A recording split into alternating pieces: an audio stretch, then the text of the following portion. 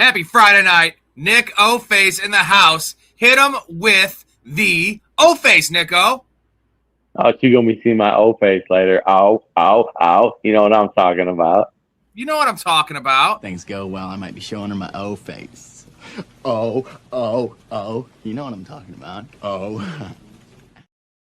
Oh. It's Friday night. We got Nico in the fold. He is in a different studio than normal. You have some family in town. But Nico is such a trooper. He's like, screw it. I'm just going to stream from my living room.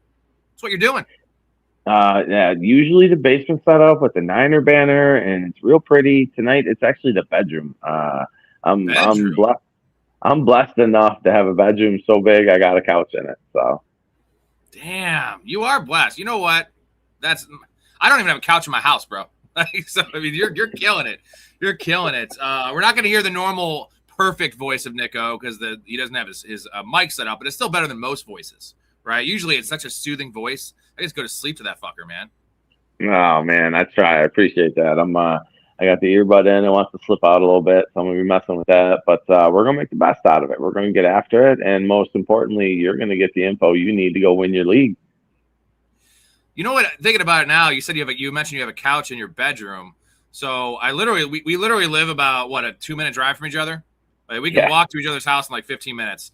We could have a sleepover one night, like when your wife's out of town. I sleep on the couch, you sleep on the bed, and then I can go to sleep to you talking to me. You can do anything, nursery rhymes, fantasy stuff, whatever it is, and I'll just pass out.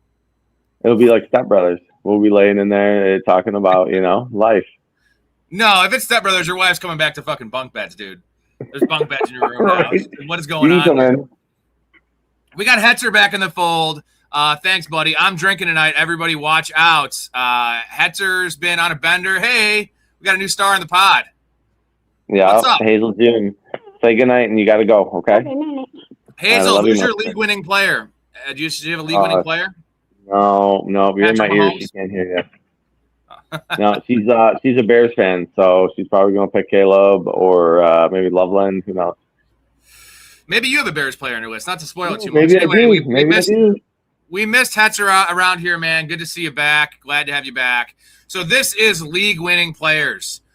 We did the kind of exercise that a lot of people are going to pick, fucking the council would pick Gibbs and Bijan. Like, yeah, those are league-winning players, but you have to draft them in the top 3 overall. We made it where it's after the 3rd round. So the earliest player we can pick is 4th-round players. We went a lot deeper than that. I want to get – those are the real league winners, right? Chris Olave, George Pickens, Javonte Williams from last year. I think JSN was a major league winner, and he was right around that early 3rd-round range, which wouldn't have qualified for our list last year. I wanted to go deep, but there was 3, if you count Tucker Kraft, who would have been a league winner had he stayed healthy. There was 4 guys that I identified last year. It was Olave, Pickens, Kraft, and Javonte Williams. And I say I identified them like I'm looking back at it now. No, actually, me and Storey had all those guys in our pillar players list because they were league winners. So we're trying to find the next George Pickens, the next Chris Olave, the next Javonte Williams, the next Tucker Kraft. Maybe he doesn't get hurt. So that's where we're going a little deeper here, right? Which is we're real men. We don't just want to pick fucking Justin Jefferson as a league winner. Nope. And Olave, man, great call by you guys. I did not see that one coming. So I got tip of cap to that one. You were scared about the concussions, though. Everyone was scared about the concussions. It was. But I'm just got to give credit where credit's due. Hey, y'all. So our list is going to be awesome. Before we get to that, though, I got a couple things for you per usual. Let's start with a stat of the day for you guys. Well, I could put the trash into a landfill where it's going to stay for millions of years. Or I could burn it up and get a nice smoky smell in here and let that smoke go into the sky where it turns into stars. That doesn't sound right, but I don't know enough about stars to dispute it. No, it's right. It's not right. All right. We almost... Right, stat of the day. Make sure I have it. Here it is, right here. Stat of the day for you. So, interesting stat. You're going to love this one as a Niners fan. So, this is fantasy PPR points last season. Saquon Barkley, total points, 232. Christian McCaffrey from only receiving, 236. So, McCaffrey outscored Saquon last year from receiving value alone in PPR. That is wild. Crazy. Can he repeat not that many points in PPR in terms of receiving stuff, but can he lap the field essentially just with the receiving game this year? Man, he's capable, but given his age, given his usage, he does some pretty unique things in the off season with working out and staying in shape in a way that most of us could never pull off. But historically, when you see a running back get touches over 300, the next year they tend to struggle. And I'm terrified of injury. He's their entire offense. It revolves around him. It's about him. And the 400 touches or whatever it was last year that he had. 450 with the playoffs. 450 with the playoffs. I'm terrified of injury with him. And I don't ever want to like project for injury. That's not the type of game that I play. But if the statistics show you that year in and year out that these guys that are 350 plus touches struggle to stay healthy or struggle to maintain it the next year, it's at a certain point it becomes logic rather than just being afraid of injury. And I don't want to predict anything, and some of his are fluky. But I'm not taking McCaffrey early. I got to get McCaffrey at a value, or I'm not in. I'm terrified of injury. Obviously, we like McCaffrey more in full PPR because the set I just read off to you. I'm going to give you two names here because this is the like Jekyll and Hyde. This is the safe upside play. So Christian McCaffrey, and then you right behind him you have St. Brown, who St. Brown is almost like the new poor man's Antonio Brown, where like he's never going to finish wide receiver 1 or overall number 1 in fantasy, but every year he's wide receiver 4 in PPR. Every year he's a first round player. You don't have the ceiling with St. Brown, but he does get hurt, but he plays through injuries. He's tied to this Lions offense. I think we all agree Christian McCaffrey, if they both stay healthy all year, McCaffrey's going to blow by St. Brown in total points and points per game. But what's the upside or what's the downside in terms of games missed? Like it could be the whole season. It could be a chunk of the year, like 6. So would you go the safe route with St. Brown? In full PPR, I think I would. I'm not. I'm a little more risk averse with my earlier picks, and I want to. You're a Niners fan. That's damning, bro. That is damning. Don't let Christian hear you say this shit, man. I don't. I try not to play fantasy football with my heart too much. And if I'm being honest, that's what I would do. I would take ASB. I'm usually around the same in the early picks, but with a player like CMC, I just have to know how to draft accordingly. I'm going to load up on running backs more so than if I took a Jonathan Taylor or Saquon Barkley or one of these like more stable guys. But if he hits, you have you double your chance to win the league. Where like St. Brown is more stable for sure, but like you're not winning the league most likely because of St. Brown. He's going to give you in position to win the league. You have to make some other good picks. CMC can be that difference maker and kind of that elixir for like bad picks you miss in the second, third, and fourth round because you have him getting 25 a game. He'll pick up so much slack for your team if he stays healthy all year, and he doesn't meet your criteria as far as not going in the first 3 rounds. But he is absolutely a league winner. He's a guy that if he stays healthy all year, even where he's going right now, that's a steal. And he's player 1, running back 1, and you're riding him to the ship. So there's definitely a world where if you're playing Ricky Bobby style, man, if you ain't first, you're last. That's it. That's your guy. He can do it. CMC would also be the poster boy for if we did a potential league losers. Guys that will lose your fantasy league for you. It's Christian McCaffrey as well. So like it's either going to be the best pick in the world or potentially the worst pick. There's really no other outcomes with CMC. If he plays, he's a top 3 fantasy player, usually number 1. If he doesn't play and he gets injured, he usually gets injured for the whole year. So it's going to be interesting when you see these full PPR drafts and you're sitting there at the 6 hole. What do people do? I can see people taking CMC at 3 and 4. Right after Jamar Chase, and I can see him falling to like 9. People just being, depending on the league, how many people are scared of him or maybe got burned from him in the past. Let's get to some news. I have some news items. I want to get your opinion personally on these. Guys, I've got news. I've got terrible news. So this is exactly what I wanted a vacation from. There are 2 guys in this church that are gay. Who's the other guy? I don't get the joke. Yeah, he's never gonna understand. What's wrong with that? I love that one. All right. Alvin Kamara, he's back, and we were speculating this for a while. We all thought that he was coming back anyway, but now it's official. Reduce his salary. He is back. What does this do? Does this affect you at all with Travis Etienne? I've been off Etienne for a while now based on where he's been going, and now he's starting to fade even before the news broke out. He's going in the early 4th round now. His Vegas projections are super low. His rushing projections are the same as Chuba Hubbard and Tony Pollard. That's what Vegas is telling you about Etienne. Now you have Kamara coming back. what does this do for you with ETN? And then is Kamara like relevant? Is he in the handcuff range? Is he a playable handcuff? How are they going to deploy him? I don't think Kamara is a handcuff. I think if ETN or Etienne or whatever he's calling himself now, I think if he goes down, there's going to be a mixed bag between Neal and if Kendrick Miller's knee gets right, he's going to pick up some of the slack there, and it's going to be an absolute three-headed monster. Kamara's role, I don't think, changes a lot. I've been a Kamara truther for years. I love him. I've gotten him at a value. He catches a ton. He doesn't always produce in the run game, but he's a guy that has been exciting. He's been electric. He's fun to watch. And I finally saw what I think is him slowing down last year. I think he's lost a half a step. And the year before, people were saying the same thing, and I was fighting against it, and I felt like I wasn't wrong yet. But you put on the tape from last year, and that is not the same Kamara I've been seeing for the previous years in his career. So I don't think it makes a huge difference. It's the pass game. It's Kellen Moore. He loves to throw to his running backs. They're going to run a lot of plays, and he's going to sprinkle in a little bit of everybody. But as far as there's no clear handcuff there, and I think in PPR only is where you're going to want to touch Kamara as a flex play only. You mentioned that like losing a step in the year prior. The year prior, he had lost a half step. And I'm going to give you a nice little parallel, only as I can. Think of it like your significant other and you catch them like cheating on you. Maybe not full-blown sex, but they cheat on you. And that's ETN 2 years ago. And you're like, whatever, live, you know what? Maybe online or something? Something, yeah. Maybe it was just like a fluke, and you know what? I still have faith. And then the next year happens, and then it's old school style. You walk in and she's getting gangbanged. Like that was what Kamara's like fall from grace was. Like, you know, he was getting gangbanged. And he's done. But he's still Evan Kamara, world-class pass catcher.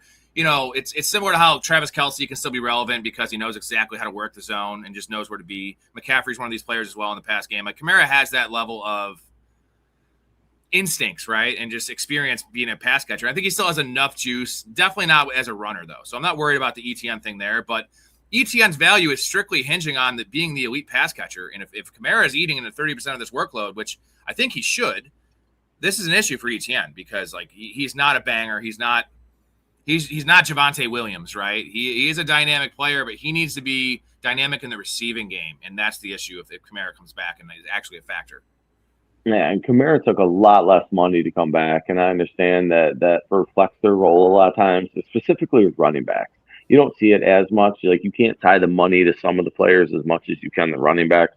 But the amount of money, $6 million less or something, I think he's getting this year, than what he was supposed to. That's a huge cut. I think you're going to be a locker room influence guy. You're going to be a team leader, and you're going to take 25 to 35% of the pass work away from ETN, and fourth seems a little rich for my blood with ETN. And it's not just Kamara being there; it's Juwan Johnson, who's still a capable tight end.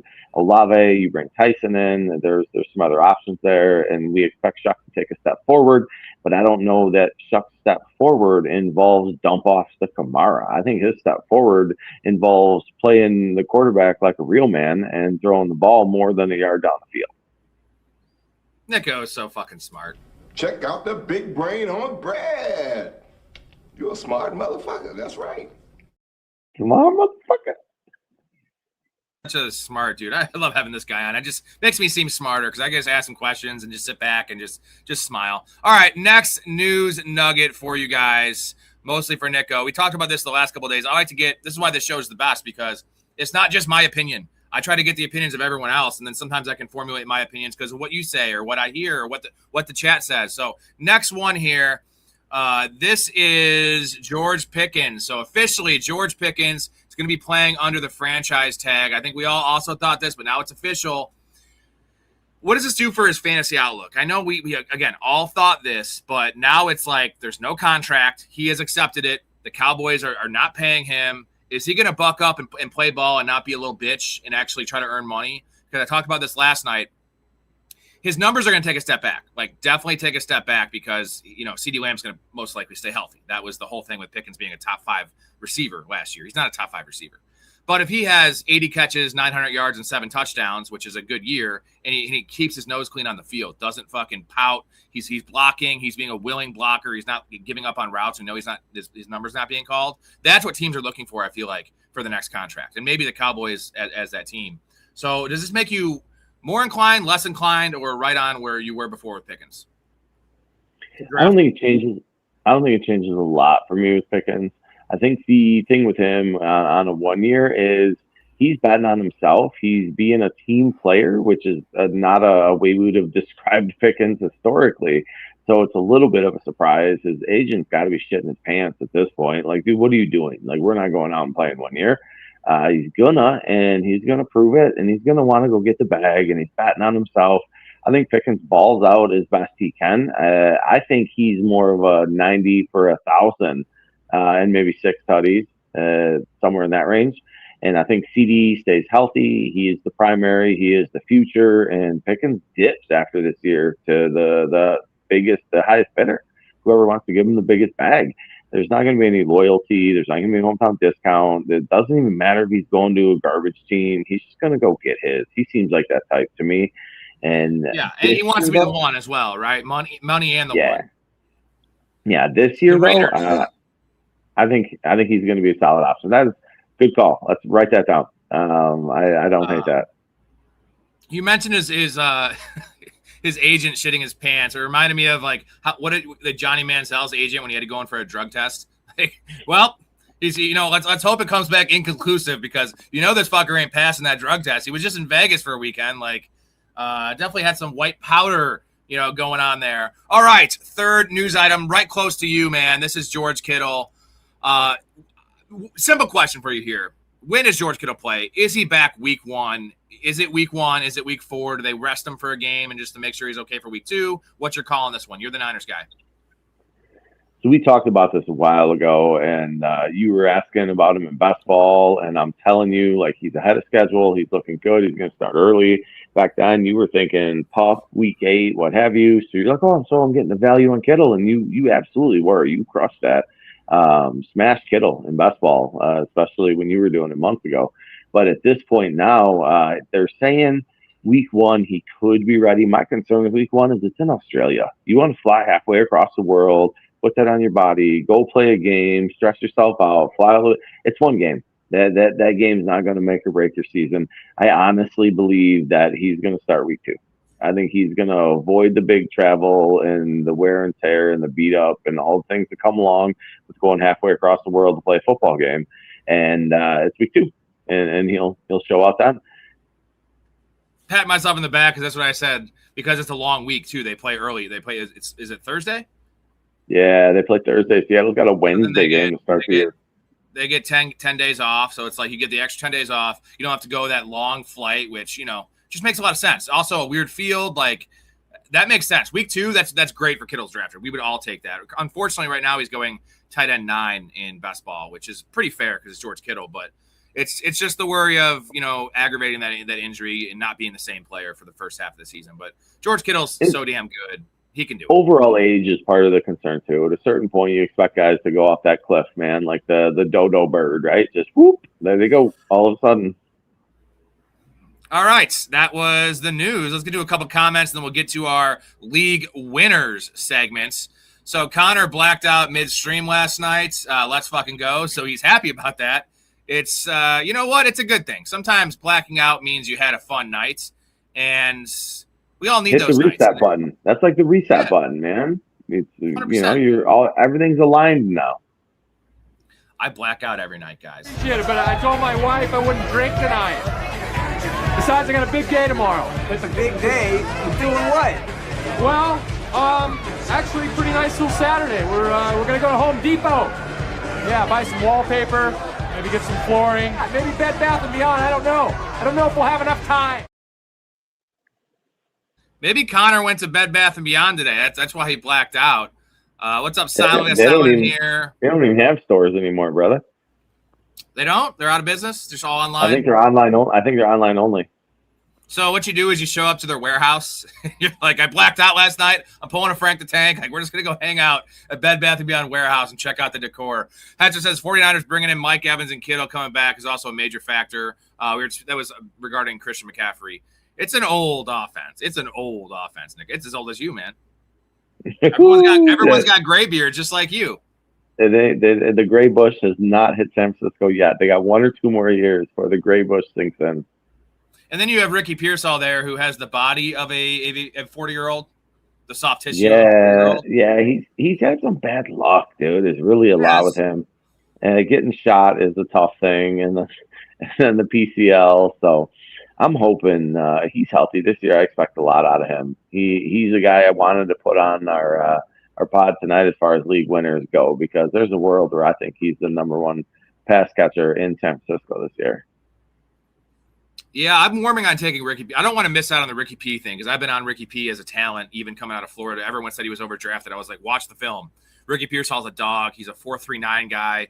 He's elite against man coverage. Like, Ricky Pearsall's a top 10 player against man. Evans has lost nothing. They throw to McCaffrey a ton out of the backfield. You're getting Kittle back. Even when you don't have him, Tonjes is there. You can't sleep on Juice.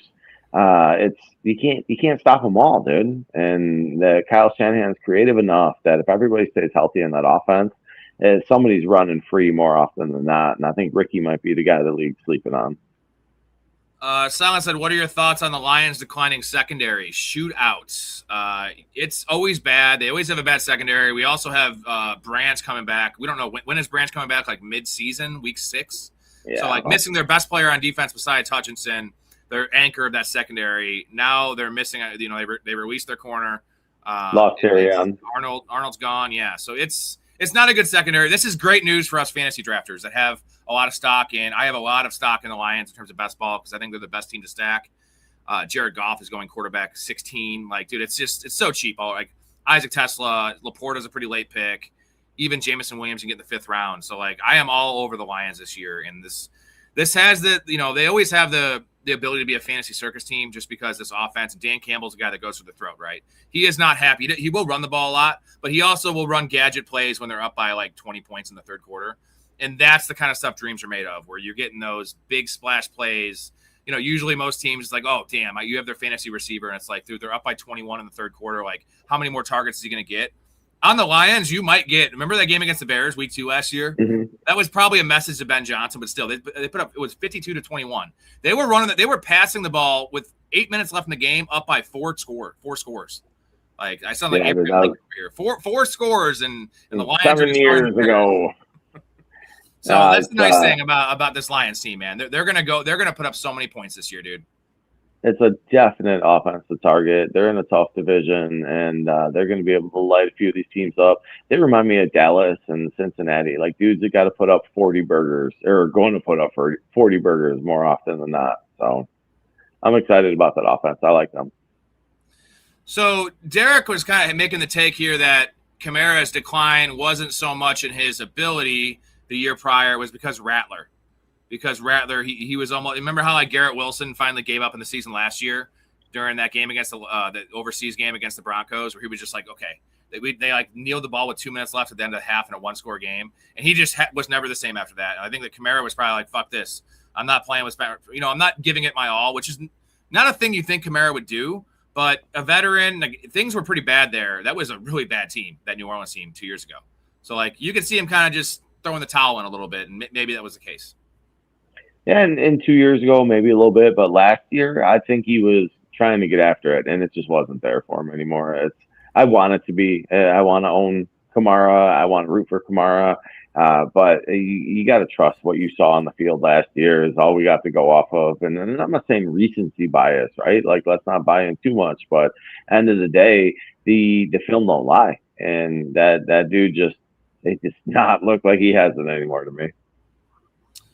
No, he's taking a lot of hits, man. I know he was usually a pass catcher, but 75 receptions and 200 carries every year, 270 carries. He's 210 pounds, 205 pounds. He's not Saquon Barkley out there. Smooth says, would you rather have him or Goddard in terms of Kittle or Goddard? This is Kittle all day for me. Mm-hmm. Yes, me too. Goddard's going to get Willie pipped by Stowers. You think so? I do. I think Goddard's done, man. He's only going to have a half a season. GT, they give you control at a Beyond section. He's talking about Bed Bath & Beyond. I know GT is a huge fan. By the way, shout out GT. What's up, man? Haven't seen you in a couple days. My guy GT, happy Friday night to you. Disbanded is getting ready to black out in less than an hour from now. He's drafting at Golden and getting ready to black out. That's a fun night, man. Just make sure you don't sleep on your back. We learned that from Breaking Bad, okay? Sleep on your side, sleep on your stomach. All right, you ready to get into this segment? This is league-winning players again, guys. League-winning players. We have one more comment here from Kenneth. How high are you taking Bucky once training camp hype starts? I don't understand why he's so low. Well, it's actually going to tie into one of Nico's guys. Maybe it's Bucky Irving. If you want to wait a second, and we're gonna get your answer there for Bucky, because I got to hear what Nico has to think about that in a minute. What up? The counselor's new running back to grab this year in the draft is RB62 Mike Washington of the Raiders. Thoughts? He could be a sleeper. He is strictly a handcuff. We talked about this a couple nights ago. Like, do we even know Mike Washington is the handcuff? I know he should be, but he's a really raw rookie. And I made that parallel to Braylon Allen 2 years ago as a rookie. Braylon Allen was actually stealing work from Breece Hall. And then once Breece Hall got hurt, Isaiah Davis comes in there and actually has more touches. So, do we know that Mike Washington's ready for a full workload? Are they going to trust Mike Washington when it's probably going to be Mendoza at that point halfway through the season? If something happens, it's Genty. Also, Genty is a fucking tank. Probably won't get hurt. Are they going to trust him pass protecting for Mendoza as a rookie? I don't think so. So, I love the upside of Washington, right? He's a very juicy fantasy player. He's huge. He's fast. He can catch passes. That's what we want, right? Super athletic. But what if he's not the handcuff? So that's the problem. Is rostering a guy all year, and then, the injury happens ahead of him, and then he's not even the starter. So you just wasted a roster spot for fucking 8 weeks. That's the worry, right? Yeah, it is. And it's so hard to say with new coaching staff and so many new players there and Washington's ability. And if you can't pass pro, especially with your future of the franchise in there, you're not going to see the field. All right. You can keep on getting your comments in. Derek, I had a nightmare that I passed out during a best ball draft. I got autoed a shit team. Is that a sign I'm drafting too much? Dude, I have fantasy football dreams all the time. And sometimes they're intertwined with sex dreams. So it's like I'm banging and drafting at the same time. And I got to decide sometimes. It's do I finish or do I make this pick? Do I finish or do I make this pick? My ass always makes the pick. I always make the pick, dude. You got the laptop sitting on her lower back. Yeah, 100%. Then I cover it, but oh shit. All right, guys, Cry Dog in here. What's up, Cry Dog? This is league winners. Again, we are not choosing players from the first 3 rounds. They have to be after pick 36 in ADP. We have to do 4th round or later. We're going deep here. League winners. And let's also, in this conversation, Nico, let's talk about the end of each player. Let's talk about how it could go wrong, because we're not saying these guys are likely to bust, but this is not a safe player segment, right? These guys are a little bit more high variance. They're going later for a reason. We got to talk about what that reason is and how likely that it is. And is the cost worth it, right? If we're getting a guy, if it is a 4th round player, that might be a little too risky if we're going for the upside play. But my guys, you'll see, are a little later where it's I don't think there's any risk, because if they bust, I can replace them. The 6th round player, whoopty, that was my Chris Olave thing last year. If he got a concussion, he was my wide receiver 3, and I had a hell of a team. Worth the risk. So we also want to make sure we talk about the negatives here a little bit too, because I'm on all the guys I have on my list. I'm guessing you are too, but some of them I'm not drafting that much, but I want to understand that they are league winners. And in certain builds and certain situations, I'm going to take shots because we want to win our leagues. And these are the guys that will win your leagues if it hits. If you blow your 6th round pick, who cares? If you lose the season, if you don't make the playoffs because you missed on your 6th round pick, you did a bunch of other stuff wrong too, brother. It's so much more than that. So you can swing and miss all day on one 6th round pick, and it's not going to matter. And these guys, I want to call them the Ricky Bobbies, right? If you ain't first, you're last. These are guys that you're swinging for the fences, that you think can hit a home run, or Javi Baez, as a Cubs fan, reminds me of that too. You're going to swing and hit a home run, or you're going to strike out. Hell yeah. Hetzer, we need $25 in super chats for a best ball draft to end the show. We need 30 likes, or we need 10 subscribers. Or a Patreon sign up. Any of those things. And after Nico gets off, I will draft tonight with you guys. You know the drill. All right, I'm going to start with my first name. Okay, let's mix it up. Usually I have the guest start because I want to talk about this guy, because I cannot stop drafting Marvin Harrison. I can't do it. I can't stop. wide receiver 34. Real quick, before I go into my spiel here, Nico, what are your thoughts on Marvin Harrison this year? Wide receiver 34. It's a middle of the 6th round pick, end of the 6th round. It's free. This is my George Pickens for this year, from last year. You're Pickens or you're Olave, and you swing in the 6th round and you miss, and it doesn't matter because you built enough of a team around it with the knowledge base that you have, the skill set you have, and same as all the fans are going to do. If you're a fan of the pod and you're watching, you're going to build a strong enough team around it. You can swing and miss on Marv in the 6th, doesn't matter a bit. Marv, you're not going to miss. He's not going to miss. Just so you know, this one won't miss. We've heard he put 15 pounds of muscle on, right? He's looking more like DK Metcalf this year, and he's ready to roll. The thing I got a question is, you were such a Michael Wilson truther last year, and you had so much of him. What happens to Wilson if you're the Marv truther now? They can't both eat with Brissett in that division, can they? No, they all will eat because Michael Wilson's going to be on the field a lot, just like he always has been. He'll have a greater target share than what he had in the previous games with Marvin Harrison, but it's been drastic. Like 5 PPR points with Marvin Harrison on the field and like 19 last year without him. He'll still average 10 PPR points. He's a nice floor play. What it's going to do is you have to now cover Marvin Harrison. You have to cover Trey McBride, who's the number 1 there. And now you have Michael Wilson, who demands respect from the secondary. Dude, so a lot of people are going to say Marvin Harrison's bad at football. And there is a chance Marvin Harrison just sucks. Okay, there's a chance. He's not even 24 years old yet. You know who else sucked their first 2 years? Devontae Adams. Remember that? When Devontae Adams was a bum and Aaron Rodgers was yelling at him all the time. He was dropping passes. He was running the wrong routes. Very similar to what Marvin Harrison was doing. The difference was Devontae Adams was 53rd overall, right? And Marvin Harrison was 4th overall. Marvin Harrison, generational player coming out. This is what we were told, has not panned out yet.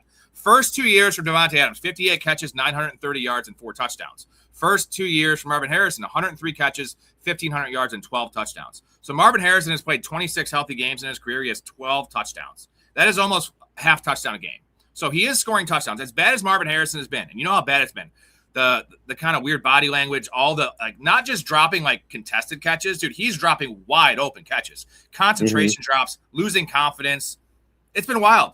But 14.5 yards per catch for his career, so big play merchant. They never said. Have you ever seen them actually give like Marvin Harrison a layup target where it's like a slant or like a quick hitch? It's always just like, hey, Marv, line up at X and go beat the number 1 corner and run a go route.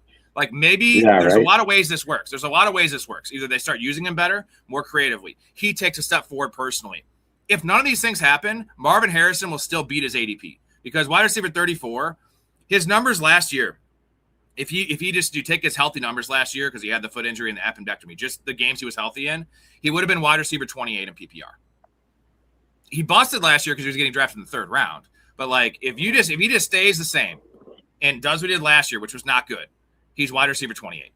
So like, that's the case. Yeah. Like that's the case right there, man. It is. You can't miss is the argument, and it's not a bad argument. My concern is in that offense, I want to say touchdown opportunity, but they threw for, I don't know, like 600 million attempts last year. And I understand there's a different coaching regime there, but they're in such a tough division. They're never going to play with a lead. They've got to. Are they favored in any games they play this year? Probably not. They're going to be passing a ton.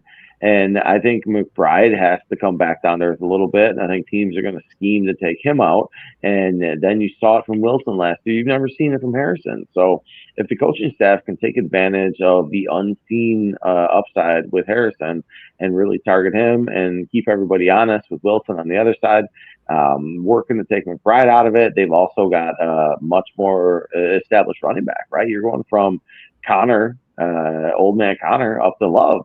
So you can't just have 4 in the box or 5 in the box and drop everybody. Like it's not going to work. They're going to run on you. Love's that talented. So the ability for them to bring a little bit more in the run game than they have in the past, and a little bit of the distraction receivers between McBride and Wilson there, he's absolutely going to outperform wide receiver 34. I'll give you that. I wasn't huge on Marv coming out.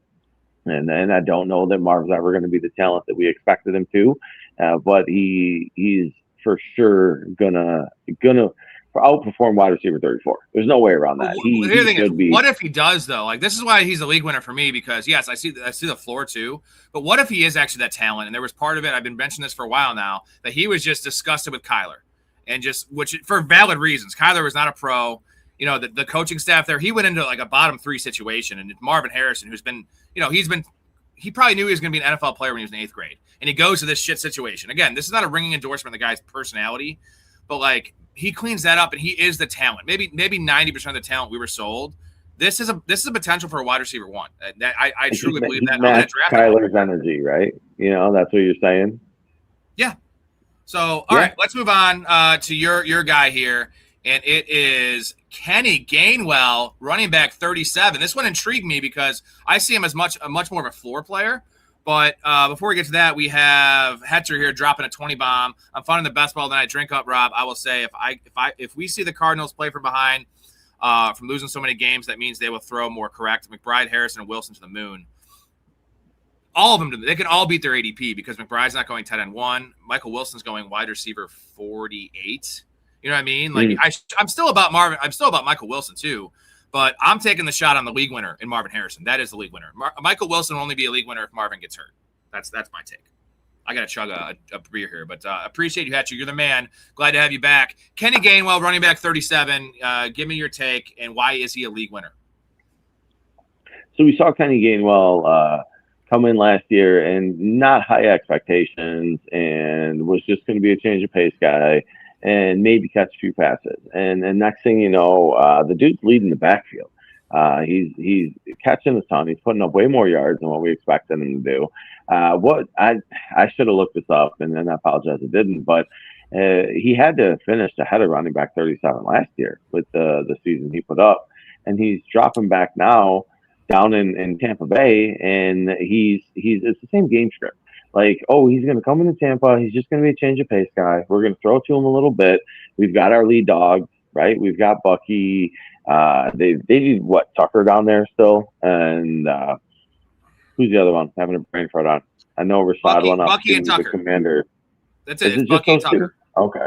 Yeah. And so there's a world where with Bucky's injury, with Bucky's fragility, you wanna save your exciting player for the time that you need him, right? Like, we need a home run, like, let's call on this guy. And so I don't think the volume is going to be with Bucky. I think they're going to want to keep him healthy. I think they're going to want to keep him fresh. I think they're going to try and hit home runs with him. And Gainwell is going to see a lot more volume than what anybody anticipates. And his ability to catch the ball and fill in for the Rachaad White role, and Rashad's solid pass catcher back there last year. I think he's gonna take that plus. So it's if Bucky's healthy, if he returns to form, they're going to have to limit him based on how big he is, his build, what have you. You let him crash up the middle, and he's going to be done again in no time. So either way, it leads to Gainwell success. You dial Bucky back, and you only use him when you have to, or you use him all the time, and he crashes out too early. Gainwell outperforms running back 37, potentially wins you your league, starting as a flex, finishing as an RB2.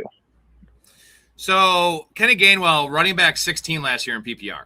And that was the Aaron Rodgers PPR scam. We totally get that. But Baker will check down to his running backs as well. I'm going to get to this Vegeta point here. Michael Wilson was putting up points the first 4 games last season while Marvin. Dude, trust me, I was ask anyone on this channel, I was the biggest Michael Wilson guy. He was a pillar player of mine 2 years ago. I loved him coming out of Stanford. I have ranked at wide receiver 6 coming out of that draft when he was consensus wide receiver 21. I still love Michael Wilson, the player. The draft, they have to make Marvin Harrison a thing. Like, they're going to try, and maybe it won't work. And I'm just telling you, from the biggest Michael Wilson fan in the world, you know how much this pains me because I'm not a Marvin Harrison guy. Exactly. Yes, and that's why I'm asking. I'm like, wait a minute, you're the Michael Wilson champ. Like, how are we doing this? I think that they're equal. I think they're equal players right now. I think that currently, I think Marvin Harrison is much way higher taking ceiling. food off of, you know. Marv is the number 1 receiver there. I'm sorry. Like, look at every sample when they're playing together. He is. And maybe I'm wrong, but, like, I have been taking I put my money where my mouth is. I'm at 35% on Marvin Harrison underdog right now, and I'm climbing. I'm taking him in every fucking draft now. I can't stop. I just can't stop it. Kenneth Gainwell, number 16, running back 16 last year in PPR. 73 receptions. He had 1 start. Remember the 1 start he had last year when it was the game in London or not London? Maybe it was – I think it might have been London, overseas, when they had the random illness for Jaylen Warren and he started like last second. It was an 8 a.m. game over here. He had 25 touches, 25 touches, 134 yards, and 2 touchdowns that game. So that's the only time we've ever seen him actually be the starter. And also, Bucky Irving, he is still not taking contact. Like, this injury lasted so long last year, and he had offseason shoulder surgery. I know we still have 7 weeks of the season starts, but it's not 7 months away. It's 7 weeks away. Yeah. So I've been drafting Bucky more recently because now he's going in the 5th round, where like early in best ball, he's going in the 4th round. I'm a little concerned about Bucky. And like, we saw his rookie year is how you wanted to deploy Bucky, right? Like 14 carries, 3 receptions, 17 touches, efficiency. And that's going to leave a lot on for Kenneth Gainwell. That's going to leave a lot. Like, I feel what do you think Gainwell's snap share is? What do you think because Sean Tucker will get about 10% around the goal line and short yardage stuff. So there's 90% up for grabs. They will play some 2 running back sets. Is it going to be a 50-50? I do. Is that what you're saying? I think he's 50% of it. And I think a huge part of his game is just the safe plays. Just hey, we need someone to come in and do something simple and block this linebacker or shift this D end or whatever else. But he's still on the field and he still sees opportunity if Egbuka or McMillan or Otten aren't open. You know what's hilarious is I was the biggest Parker Washington fan last year too. Like, way ahead of the curve. I had him on all my teams before he popped off, and like I'm way off Parker Washington this year. Like, I'm way more off Parker Washington than Michael Wilson.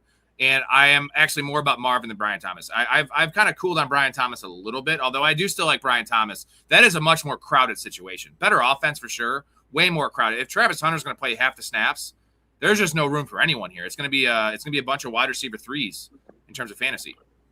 Yeah, I think Strange is the guy that can show out there. Maybe outperform his draft position in Jacksonville. The receivers, it's hard to put a finger on Myers or Washington or Thomas, and then Hunter sprinkled in. That's our first 2 guys. We're going to hit you guys with the intro and be back in a flash.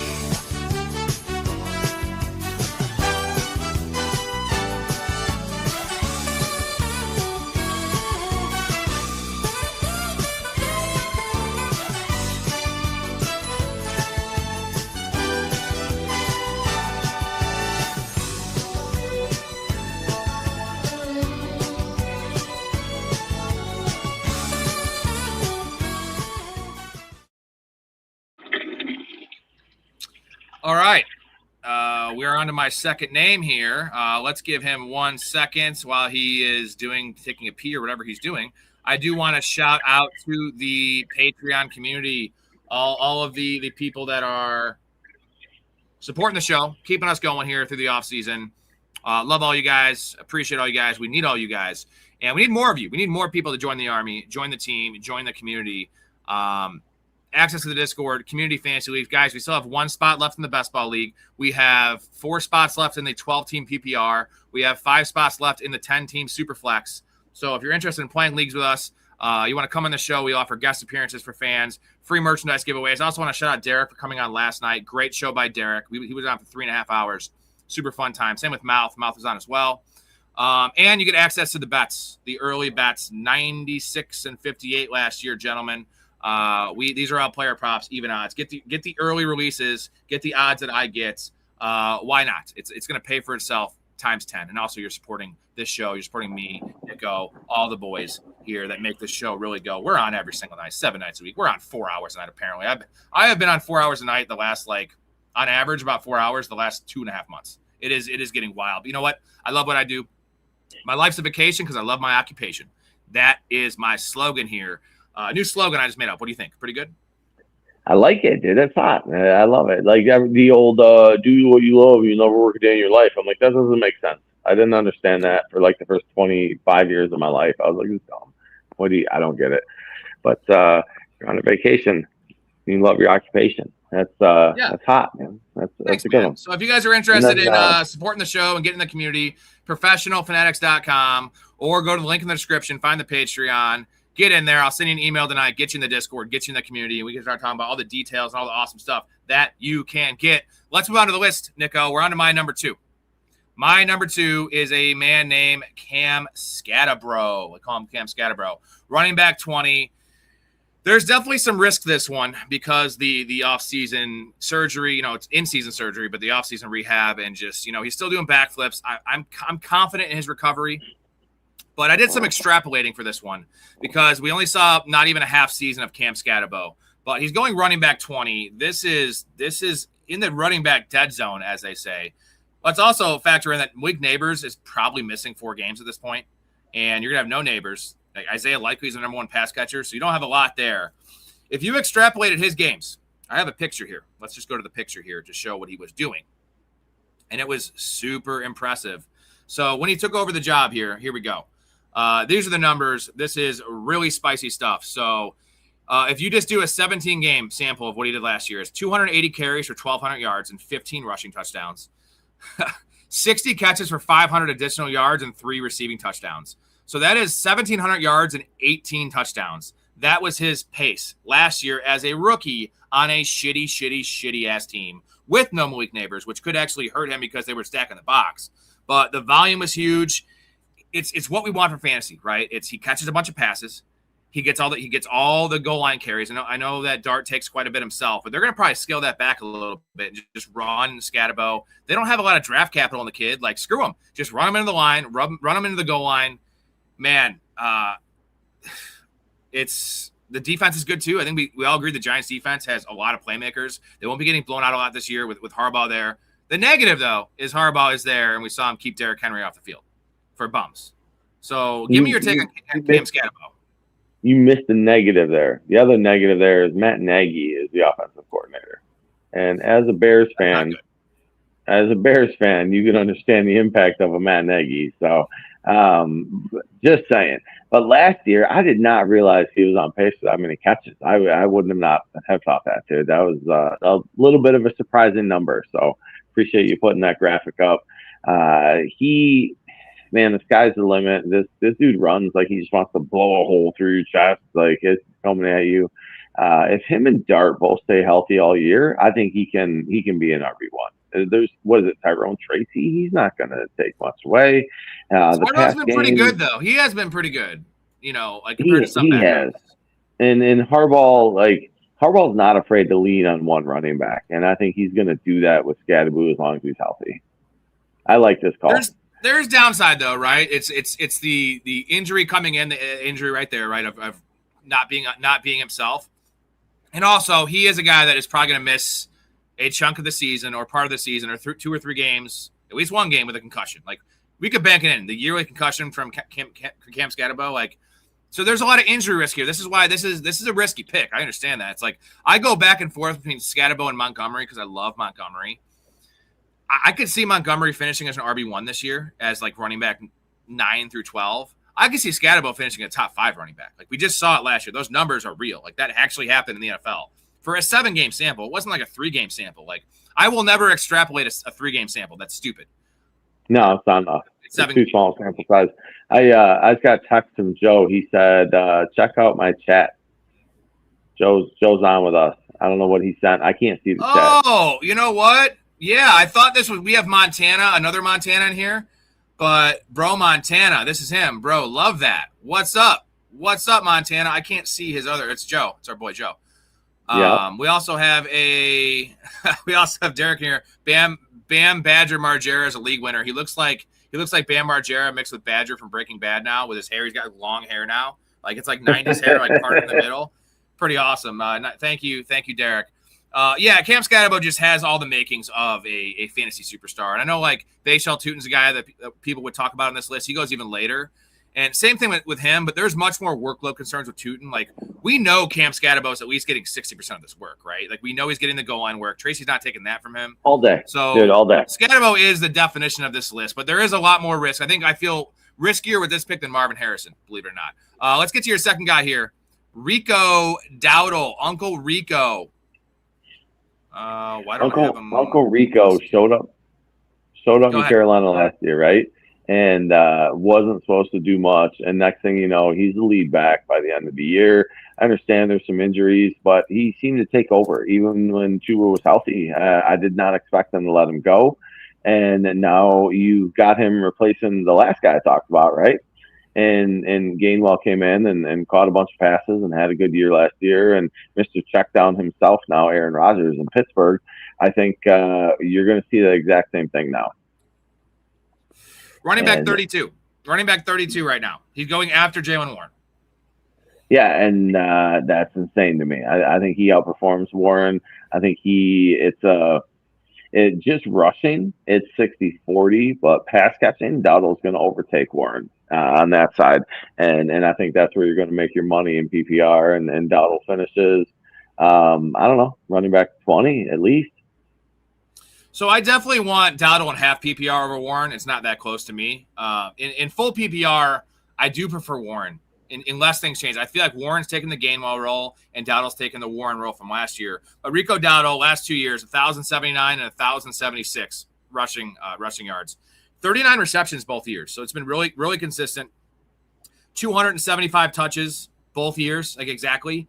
And I looked it up. There was 360 touches between Warren and Gainwell last year in Pittsburgh, and that was because they had a lot of receptions with the pass catchers there in the running back room, but they had the slowest offensive pace in the league last year, which it will continue to be slow, but not as slow. I feel like it'll be a little quicker under McCarthy. So maybe this ticks up to 400. What do you think the touch share is going to be? How many touches do you think Dowdle's going to get? Do you think he actually overtakes Warren and becomes the actual starter, or is it going to be like a 60-40? Total touches, I think Dowdle's 60%, and I think Warren's 40%. And part of it is what you've seen Dowdle come in and do as the RB2 the last 2 years when he wasn't supposed to be the guy and became the guy and got over 1,000 yards. And then he's got history. You can't sleep on the fact that him and McCarthy have worked together before. There's trust there. I think he wants somebody he knows that he can rely on. And Rodgers checking on. I mean, what was Rodgers' average pass attempt last year? Like 1.25 yards down the field or something? No, it was 7.6, but that's still really fucking low. I mean, it might as well be 1.25. Last year, Rico Dowdle finished at running back 17 in full PPR, and this is part of the exercise as well, guys. When we're going on these deeper names, yeah, we want our league winners. It's rare we get Chris Olave from last year and George Pickens, but if Rico Dowdle finishes running back 17. It's borderline league winner because you're drafting him in the 10th round and he's returning. He's a solid RB2.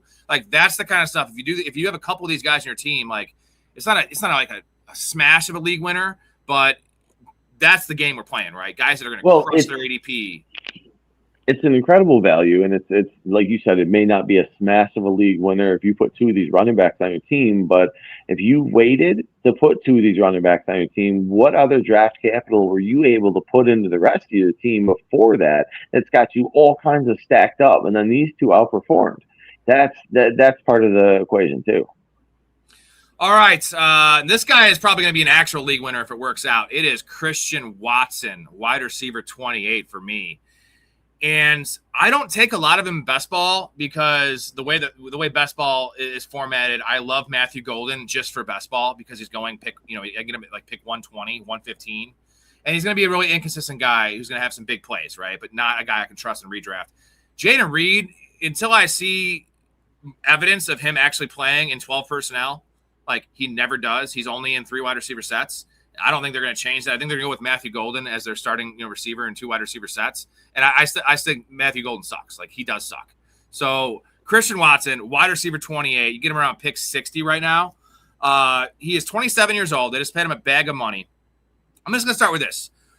He's been in the league for 4 years now. I think it's been 4 years. Yeah, 4 years. What is the most targets that Christian Watson has gotten in a season? He's been hurt, almost every year, which is a down thing. It's not a good thing. But what is the most targets you think Christian Watson has ever received in a year? And that's a good question. I don't know. My brain immediately went to 65. 66. Look at Nick. Oh, come on, man. Did you look this up? You didn't know my list, so you couldn't have looked it up. I had no idea. Impressive, Check dude. out the big brain on Brad. You're a smart motherfucker. That's right. You're a smart motherfucker. That's right. 66. I'm going to read you his targets in the 4 years. 66, 53, 53, 55. Okay. And it's been a lot of the soft tissue stuff. He got that figured out with one leg being longer than the other one. He has 22 touchdowns in 45 games with those target numbers. And they took that Romeo Doubs is gone. and Dontavian Wicks is gone. Tucker Kraft is coming back from an ACL, and Matthew Golden sucks. And Jaden Reed doesn't play very much. So Josh Jacobs is a huge question mark, and if he's not there, they have none running back. There is nobody behind Jacobs worth a hoot. He has rushing touchdown upside. We've seen him have 2 rushing touchdowns in a season before. 17 yards per reception in his career.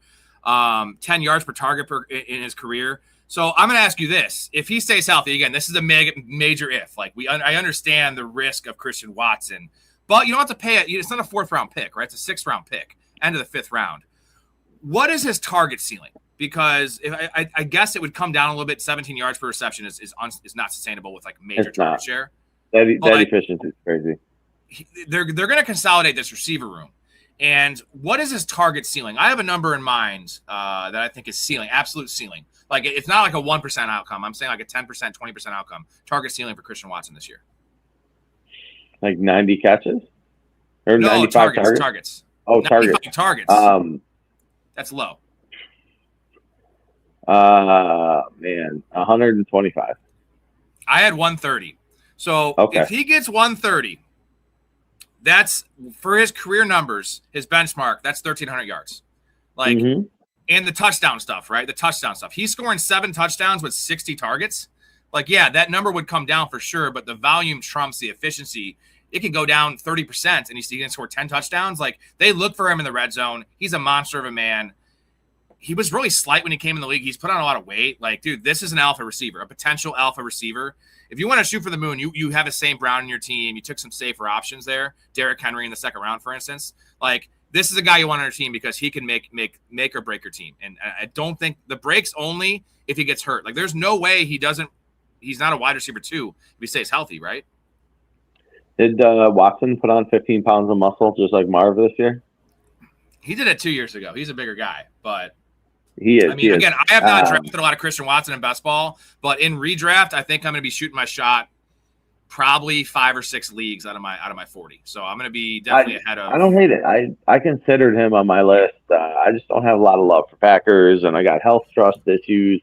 I got Jordan Love issues, but it is very easy to write a script where this dude shows out and balls out, and like you said, 120, 130 targets. So. And also, what if Jordan Love's good? Like, what if Jordan Love actually takes that next step? Which I'm not a big Love guy. He's just too inconsistent, right? Jordan Love will have 3 games of like 11 touchdowns and 0 picks. Then he'll have a 3-game stretch of like 3 touchdowns and 5 picks. So he's never put it all together. But Jordan Love, like when he's on, when he has time, and he has a running game. Jordan Love's an elite quarterback. When he's not, he's bad. When they have a running game, concerns me because if there's a hiccup with Jacobs, it's all you have to do is stop the pass. There's going to be nothing else. So they're going to be a one-trick pony, and that's trouble. We have Bro Montana says 110 for targets. Vegeta says 128 targets. We were saying about 130. I think that he could actually, like, what would it take? Last thing, what would it take for Christian Watson to actually just return value on his ADP? I think 100 targets by his past history is going to be 65 catches for 1,000 yards and 7 touchdowns. That's wide receiver 28 for sure. So, like, it's just the injury stuff. If he's either going to have him or not. This is similar to the Olave thing last year. Like, at this point, it's a little earlier than Olave was getting drafted. He was like wide receiver 34. But I can live with the injury risk if I know I'm getting a guy week in, week out. I feel comfortable being a wide receiver 2 with wide receiver 1 outside. Yep. All right, let's move on to your next name here. It is, okay, I love this guy. So I would have had him on my list too. Scary Terry McLaurin, wide receiver 24. I love this one. This is a safe player. This is an upside player. This is going to be my guy. He'll be a pillar player most likely on my team, on my list this year. I thought he would tickle your PP list as well as I know you're a fan. And we saw what Jaden did with Terry his first year, and that's exactly what I expect to come back with. There's so much less around there. Jaden's getting healthy. Terry, he hasn't lost anything. And people want to talk about he's an aging receiver. I completely disagree. They added Chigo Okonkwo at tight end. What else did they add? A rookie at receiver? They've added next to nothing. This is going to be his show. This is going to be his dance. They're going to lean on him. Him and Jaden got chemistry. You're getting was it Blau in there calling plays now, right? And I think that's an improvement for that entire offense. I have very little faith in all of their running backs, which means they're going to lean on the pass game even more. I almost wanted to put Jake on this list too. I've been an Okonkwo truther for a few years, and he's never quite hit. But I didn't want to talk about two commanders, so I went with the one I felt safer with. I think McLaurin is going to be touching 10 spots ahead of where you can get him at. I think wide receiver 12 to 14 is a very attainable goal.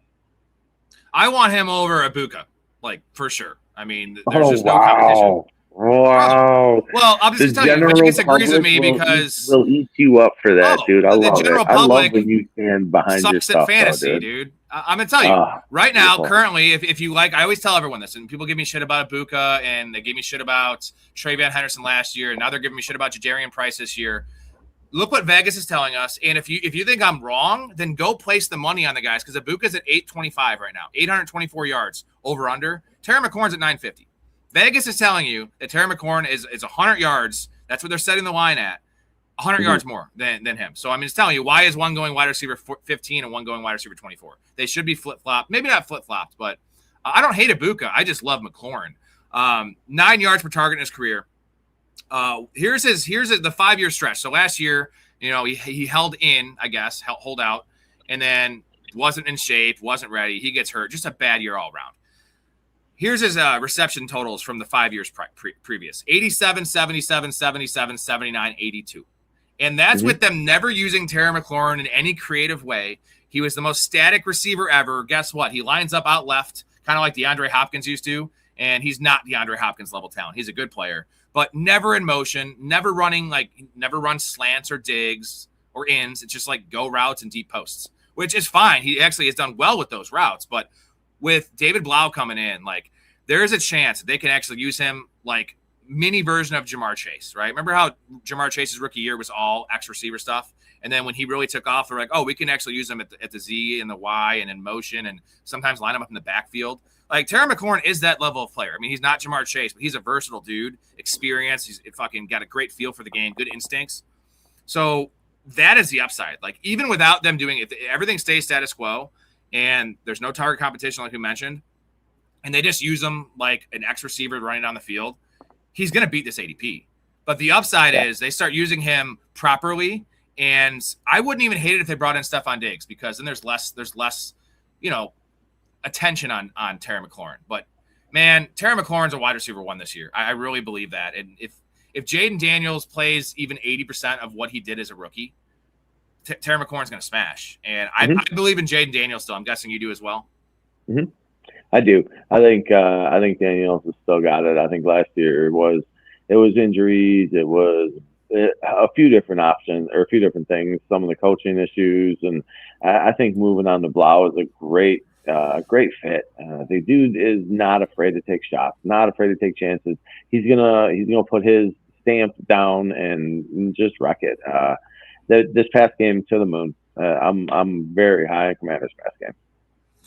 Oh, yeah. I see Joe says all day scary Terry. Let's talk about your barber, Rob. Beer line's legit, bro. Actually, I haven't been to the barber in a month and a half, so I did this all myself. His are much better than mine, but I'm learning. Guys, we'll get to all the comments here after we finish our list, so just hang tight. If you want something answered or need something in a timely manner, just drop me a $2 super chat. I'll get to it right away, but just give me a little bit of time. We got a couple more names to get to. Next name for me, I went deep on this one, but if I'm going to have a bench receiver, I'm not a rookie guy. I don't endorse drafting a lot of rookies unless they're late shots. I want the late shots on rookies. I'm not drafting Jadarian Price this year. I was not drafting Travion Henderson last year. Too rich for me, especially when it's kind of an obscure situation. But Casey Concepcion, dude, wide receiver 53. I had him as my number 1 receiver coming out of this draft, ahead of Carnell Tate, ahead of Mekhi Lemon, ahead of Jordan Tyson. I love this kid. Wide receiver 53, dude. I know it's the Browns, guys. I understand it's the Browns, and I'm apparently about the Browns this year because I love Judkins. I'm pretty much fair value with Fannin, especially in PPR. This defense got worse. They're going to have to throw the ball more. Now they have two shitty options at quarterback, which I think Watson has a chance. And Shador was okay. No, sir. No, you're wrong. Did you not hear what Jared Verse said? What, they're going to be better now? Jared Verse is an NFL football player who's in that locker room every day, and he has played with the likes of Matty Stafford out in LA. He has been around now. He's what, second year? Fourth. This is his fourth year, I think. No, this is his third year. Third year. Yeah. And so I trust him more than I trust us, right? He's been around it. He's seen it. He's played against some elite level quarterbacks. And he said that's exactly what he has in Cleveland right now. He is watching two of the best quarterbacks in the league compete against each other for the starting job in Cleveland right now. I don't get And that, I don't man. get that. What are you doing? What is that? Well, what I'm doing is like cutting the shower curtain in half waist high so that when he's in using it, people can see his junk. Wow, Frank, that Ritterall is having a very interesting effect on the way you think. Love this feeling. Yeah. Got any more of it? There's a bear shit in the woods. We'll cut up a couple rails, buddy. I'm gonna blast off. All right. Outrageous. I love it. I'm still worried about the quarterback situation, and I think it could be better than we think. Either way, wide receiver 53 for Concepcion. The dude is 20. He's 21 years old right now. As an 18-year-old freshman at NC State, he had 71 catches, 840 yards, and 10 touchdowns. Also, 41 carries, 320 rushing yards with 8 yards per carry. So they're using him in almost a Debo fashion, Debo light. And he is the same size as Odell Beckham Jr., little thicker than Odell, but 28 touchdowns in college in 3 years. Like, dude's a playmaker. He's electric. He's very versatile. I will acknowledge that my low-end comp for him was Kadarius Toney. I'm going to acknowledge this because I think there's a chance Casey Concepcion is Kadarius Toney. Kadarius Toney had some real mental health issues, though, and I think Concepcion, the only issues were his hands. I think he's a pretty good kid from all reports. Nothing like Kadarius Toney. My high-end comp, and I'm gonna stand by this, is Odell Beckham. This dude has, look at the combine, look at the film that they put on tape in college. This is Odell Beckham. And what did Odell Beckham do as a rookie? With a bad team, same exact situation. Yeah, Daniel Jones was there. Or no, that was Eli Manning. Sorry, Eli Manning, backstage Eli Manning. But maybe Deshaun Watson can be Eli Manning at that stage. Maybe. Or Shedeur Sanders is okay, maybe. I don't know.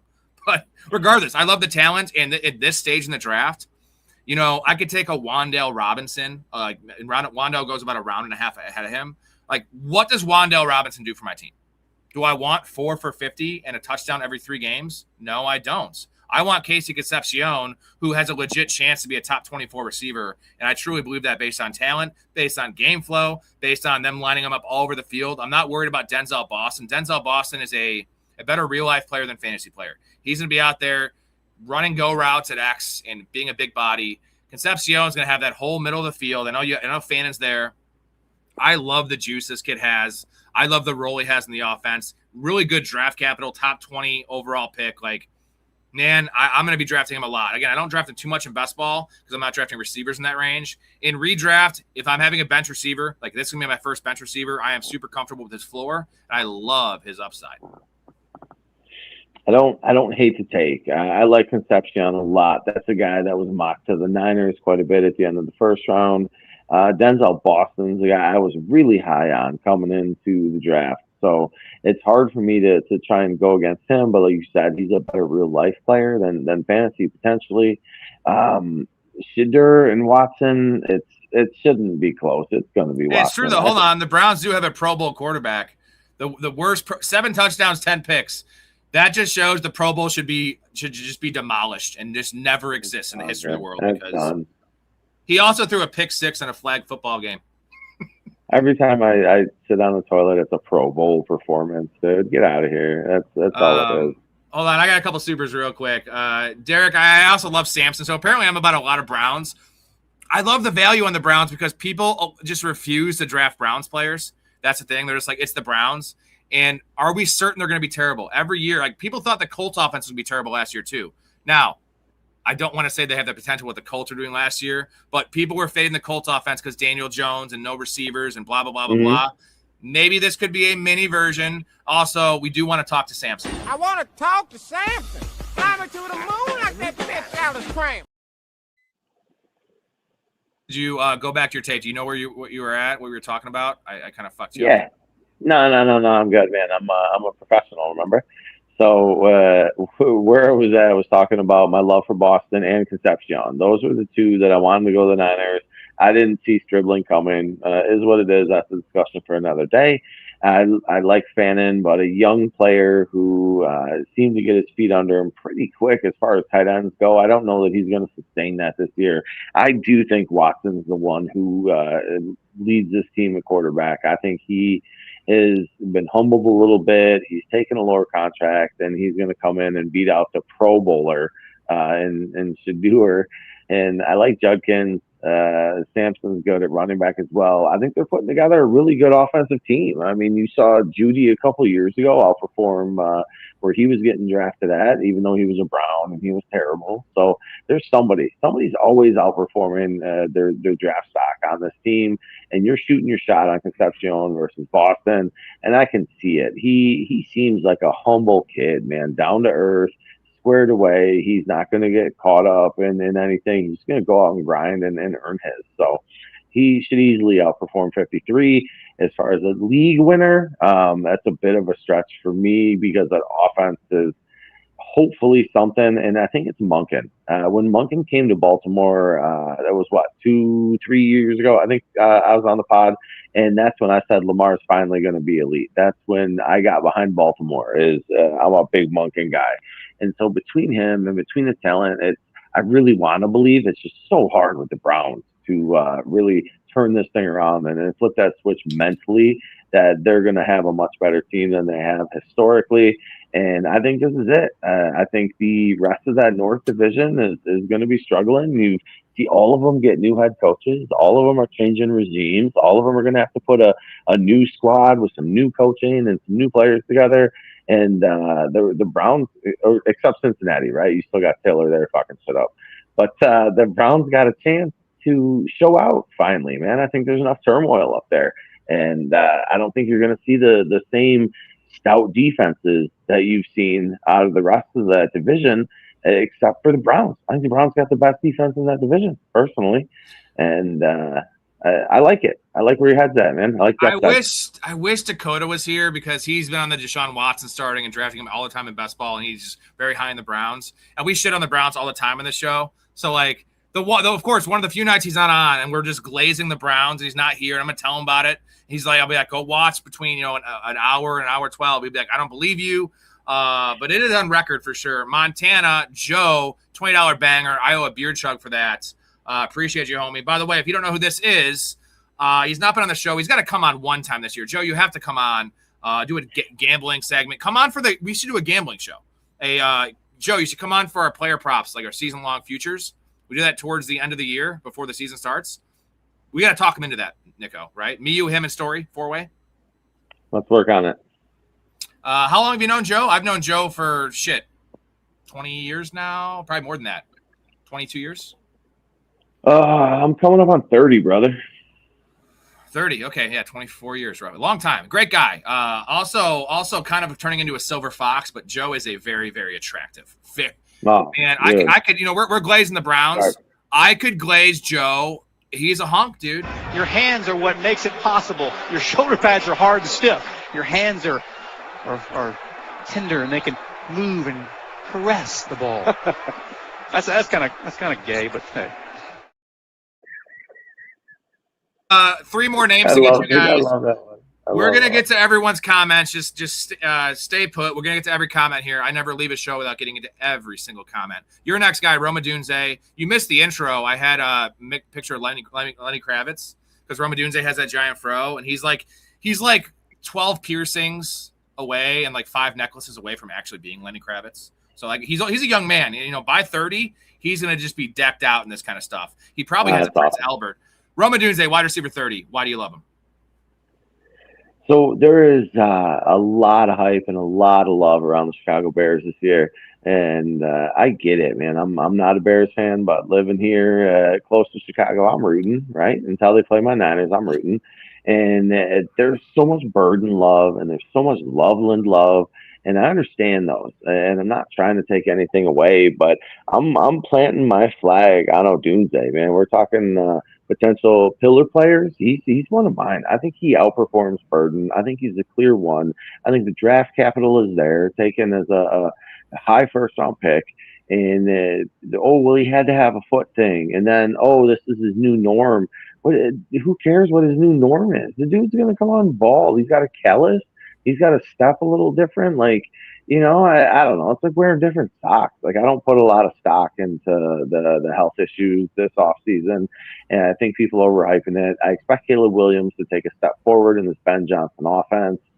Swift and Munungai aren't huge needle movers for me, so it's going to be in the pass game, and it's Loveland and Odunze for me. And I think Odunze is going to outpace Burden this year and outperform his draft position, and he's going to be right there, 12 to 14, and wide receiver 1 right at the bottom of that, top of wide receiver 2.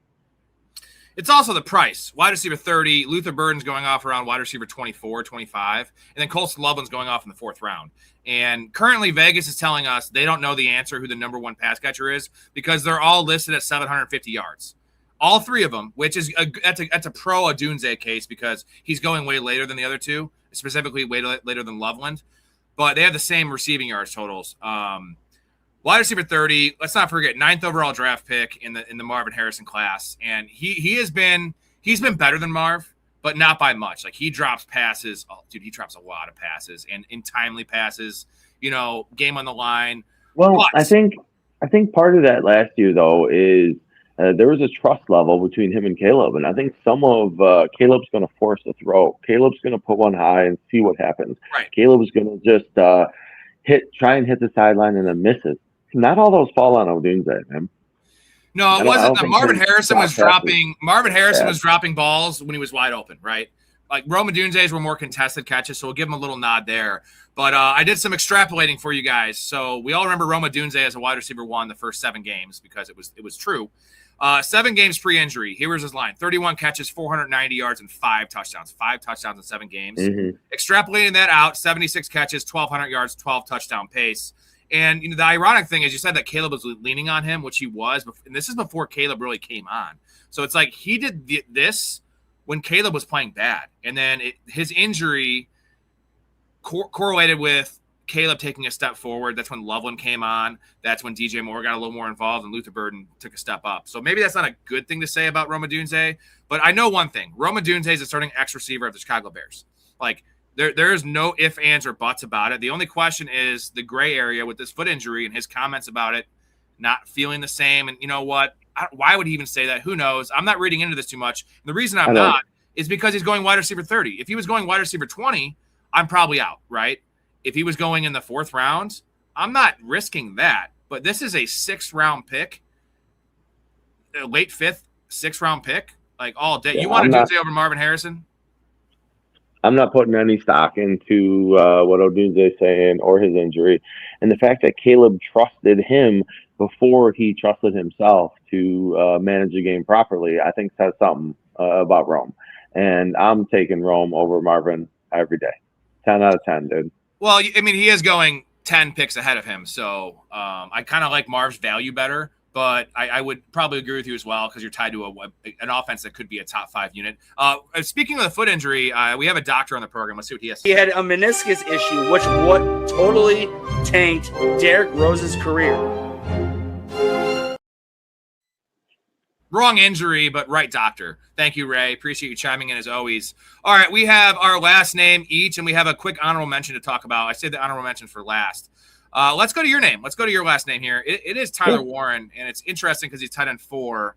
Do you like him over Loveland this year? And do you think he can be close to the top tier? Could he be close to McBride? Because that's the only way he'd be a league winner if he's putting up, 80 catches, 1,000 yards, and 8 touchdowns. That's the realm. Is that what you see him living in? And is this the Alec Pierce injury? There's a lot of moving parts here in Indianapolis. That's exactly it. You just touched on it, Rob. The Alec Pierce injury is part of it. The Danny Dimes injury is concerning because if he's not ready, that's going to hold Warren back. So that's the downside is injuries is you're relying on, and then that's tough. I had a hard time finding a tight end. I mentioned earlier I like Chig as a potential league winner, but like you taking him so late or off the waiver wire, like it's just not that relevant. So I wanted to pick a tight end and work somebody in that we could have a discussion about that is a little more valuable of a pick and somebody that can be a bit of a difference maker. I absolutely think he can match Loveland this year and is going later than him. So he's the better value when it comes to Loveland. The Pierce injury opens some things up. If Danny Dimes is healthy, I think Downs is the only other guy there, and they're playing in opposite sides of the field. Warren is going to get leaned on. He's going to get a lot of catches. The touchdown upside should still be there because they're leaning on JT to move the ball. And I know he's going to get his, but you're not going to stop the Colts. It's not the toughest division in the world. They're gonna have their opportunity to get down there, and Warren's a red zone target, who I also appreciate his hands and his ability to kind of sneakily slip in between and around coverage in the middle of the end zone. And most tight ends are going high, right? Most tight ends are trying to win the jump balls, and Warren doesn't always have to do that with his movability. So I think 8 touchdowns is definitely in the realm for him. And McBride he can't maintain his efficiency. If Marv's going to take the step forward that you think he does, I think McBride comes back down to earth a little bit this year, and totally outside of anything we're discussing. Bowers is the hands down clear number one to me. It's who's going to be 2, 3, and 4. Warren's got a chance to be 2. He really does, and getting them where you are, it's the league winner. Yeah, and in the late 50s, early 60s in PPR seems like pretty nice value. A lot of the wide receiver value is dried up by that, and the running backs are questionable. And also, let's not forget, you mentioned the touchdown upside. So Tyler Warren had 5 total touchdowns because he had a rushing touchdown last year. And I knew coming out that he was a dual threat kind of guy in terms of they used him all over the place in Penn State. And it's cool because he throws left-handed. He's a righty, but he throws lefty, which always throws defenses off. But I noticed this specifically when I was studying Nick Singleton's tape coming out, and he was, they had an overlap there for 3 years at Penn State. And I saw 2 different passing touchdowns to Nick Singleton from Tyler Warren. So, that's a factor. The tush push, they use him in some of those heavy packages in Wildcat, which is awesome. Like him and Jonathan Taylor in the backfield. I love those free touchdown potential. Last year, though, 112 targets, 76 catches, 817 yards, and 4 touchdowns with the rushing touchdowns. So 5 total touchdowns. And I want to read you the last 6 games. So this correlates with, the first 2 games, I think it was when Daniel Jones had the stress fracture and the offense just really went off the rails. And then it really just went to shit once it was old man Phillip Rivers. I want to just read you his yardage totals here these last 6 games. And you can see why this year should have been a lot bigger. 22, 15, 19, 30, 43, and 26. That's like 24 yards a game. And he only had 1 touchdown in those 6 games. And he still had 112 targets, 76 catches, 817 yards. So, if you kept on that pace that he had, it would have been 90-plus catches, 1,000 yards, and probably 7 touchdowns. I think that's what you're saying for this year. And maybe even room to grow, right? Because Michael Pittman was there last year. Michael Pittman had 7 touchdowns. Now you don't have Michael Pittman. And you have Alec Pierce, who is overpaid and has coming off an ankle injury. Josh Downs just doesn't play enough. He's not in the field in 12 personnel. Ashton Doolin, what do you got there? You don't have a backup running back to JT. It's a wide open offense with, I think last year their upside, that was wild. They're not going to be a top 5 offense, but you could argue top 10 offense for sure, because we just saw it for half the season. Yeah. 90 for 1,008 is very attainable for one. All right. My last name, I got a quarterback, Tyler Shuck, and I did not draft this guy a lot in best ball because I'm a little worried he could lose his job and he might be a pumpkin. I loved Tyler Shuck coming out of college. I thought he had the best arm talent in the draft 2 years ago. He showed out last year. I love being attached to Kellen Moore. I love drafting Jordan Tyson for him. I will say, though, there's competition there. Spencer Rattler's kind of ass, but he's not. He's a decent young backup quarterback. They have Zach Wilson there, who has elite draft capital in the past and hasn't really shut out the NFL level, but he likes banging MILFs. That's pretty cool. But here's why I'm about Tyler Shuck. Obviously, the price is really nice, and this is more of a super flex conversation, but I could see him sneaking into being a top 10 quarterback just based on the rushing, based on Kellen Moore always having a top 5 in pace, right? That's, they hear death and taxes, right? What's the third one? There's 3 things that you always can expect. Is it death and taxes and one other thing? Premature ejaculation, maybe. That's what it is. Premature ejaculation, death, taxes, and Kellen Moore having a top 5 offensive pace. So Tyler Shuck last year, 170 yards rushing in 7 games, which is 24 rushing yards per game and 3 rushing touchdowns. Okay, that's all fine and dandy. You know, rookie quarterbacks tend to panic in the pocket and scramble. Here's what is awesome, though. 45 design runs. Again, guys, you don't get this analysis anywhere else. I mean, maybe you do with like Matt Harmon, but Matt Harmon's like the best in the business. Shout out to Nick O for being the GOAT. And great segment. We crush it every time. But pat myself in the back a little bit more. Pretty humble. 45 design runs, dude. 45 design runs in that limited amount of games. Like, this is Lamar Jackson territory. And if Kellen Moore is going to deploy him like this, and he's an aggressive passer, this is the fantasy prototype of quarterback we want, right? A guy that's going to be aggressive down the field, that has some weapons, plays indoors. I mean, all the boxes are checked. And designed runs, like, you're getting designed runs from a dude, not even in the red zone, but like at 3rd and 6, they're just going to run a quarterback draw, free fucking points. Risky for injury, I understand all that, but you know, I like the offense. I love the situation. I kind of like the player. I think there's a chance. Again, I want to preface it with there's a chance he loses his job. Like, I think there's a 20% outcome where Tyler Shuck's bad. But in fantasy, it doesn't matter. Like, I'm not worried about him being bad in fantasy. I'm worried about being bad enough to where he loses his fucking job. So that's why he's my last guy for league winners. But if he is healthy and he doesn't get benched and this offense goes where we think it's going to go, this is a top 12 quarterback. With potential for like top 8. In top 8, if you're getting a guy quarterback 20, again, this is more of a super flex thing because at quarterback 20, you're getting into the realm of Bryce Young. You know what I mean? Guys like that. He's going to have to run. He's going to have to run a lot to get up there because I don't think he's going to pass enough to get close to that. But Vegas doesn't either. But I'm just saying, like, bring in Jordan Tyson. Like, they have weapons there, and their defense is not great. Like, it has not improved that much. It's at best an average unit. I think it's below average personally. Yeah, I can't argue with that. And there's not a lot of tough defenses in that division either. You got a bunch of 7, 8 win teams in there last year. So I think the Saints have a chance to show out and take a step forward. They did go grab ETN at running back. Like you said, they got Tyson. You still got Shawan. You got Olave, who had a resurgence in his career last year. And if they pick up where they left off, yeah, Shuck can get to 12. I don't think Chuck gets to 8 unless he runs just design runs though, dude. Design runs. Like if he was on pace for 90 design runs last year. I mean, maybe that doesn't. I'm just saying there's a chance. Like there is a chance. This guy doesn't mean you're going to get a lot of yards on it either. You know, like it's possible. I'm not saying you're wrong, but I wouldn't. This is the one I was least convicted on because I see a lot of risk here, and not so much at the ADP, but to have him on a list of league winners. But when I ran all the numbers and I did the research for this, I looked into like 20 different guys, right? And like he was better than the other quarterbacks I had just based on where he's going ADP wise and what constitutes a league winner. It's not. He doesn't have to be a top 5 quarterback to be a league winner. He has to be a top 10 quarterback, potentially top 12.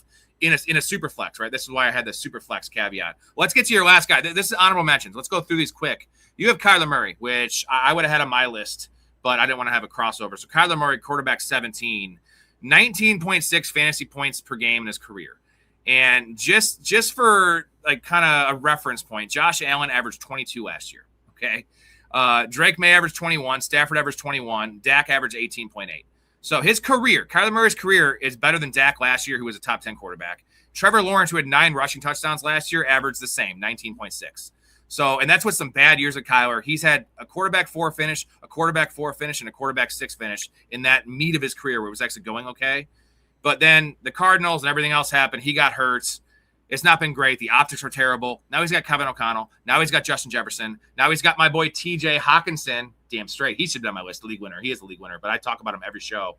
Why do you love Kyler Murray as a league winner, dude? Man, you just took about 4 or 5 of my points away. In your like quick that? My bad. You did. It's beautiful. It's well, KOC, I wanted to keep it quick. It is. It's KOC as part of it. He's got 3 top 6 finishes. You've seen it do it before. He doesn't look like he's running the same after the injury, but I question his motivation to run hard in Arizona. I think he gets his legs back underneath him this year, and you see one of the highest rushing upsides you've gotten out of Kyler with the best supporting cast that he's ever had with Addison, Jefferson, and Hawkinson there. Aaron Jones catching the ball out of the backfield as well. KOC scheming things. There's no way he doesn't perform 17 unless he gets hurt. I think he runs enough to outperform that position, and he's going to finish as a QB1 this year. And I think Kyler, we were talking about Shuck with top 8 would be his absolute tippy top ceiling. Kyler has top 5 tippy top because we've seen it, and you mix it with Kevin O'Connell and Justin Jefferson, who I still think is the 3rd best receiver in the NFL. He hasn't lost a step. It's not a best receiver. Yeah, best receiver and best play caller that Kyler Murray's ever had by a mile. But we mentioned earlier in the show, we want to talk about the negatives here and not just losing his job. He's definitely going to beat quarterback 17 no matter what happens, just because Kyler Murray could do that with the Browns. You know what I mean? Like with what and there's no competition with JJ McCarthy. Don't try and tell me that either. But the downside is, okay, as much as we love Kevin O'Connell, I tend to glaze Kevin O'Connell from what he's done with Nick Mullins and some of these other bums.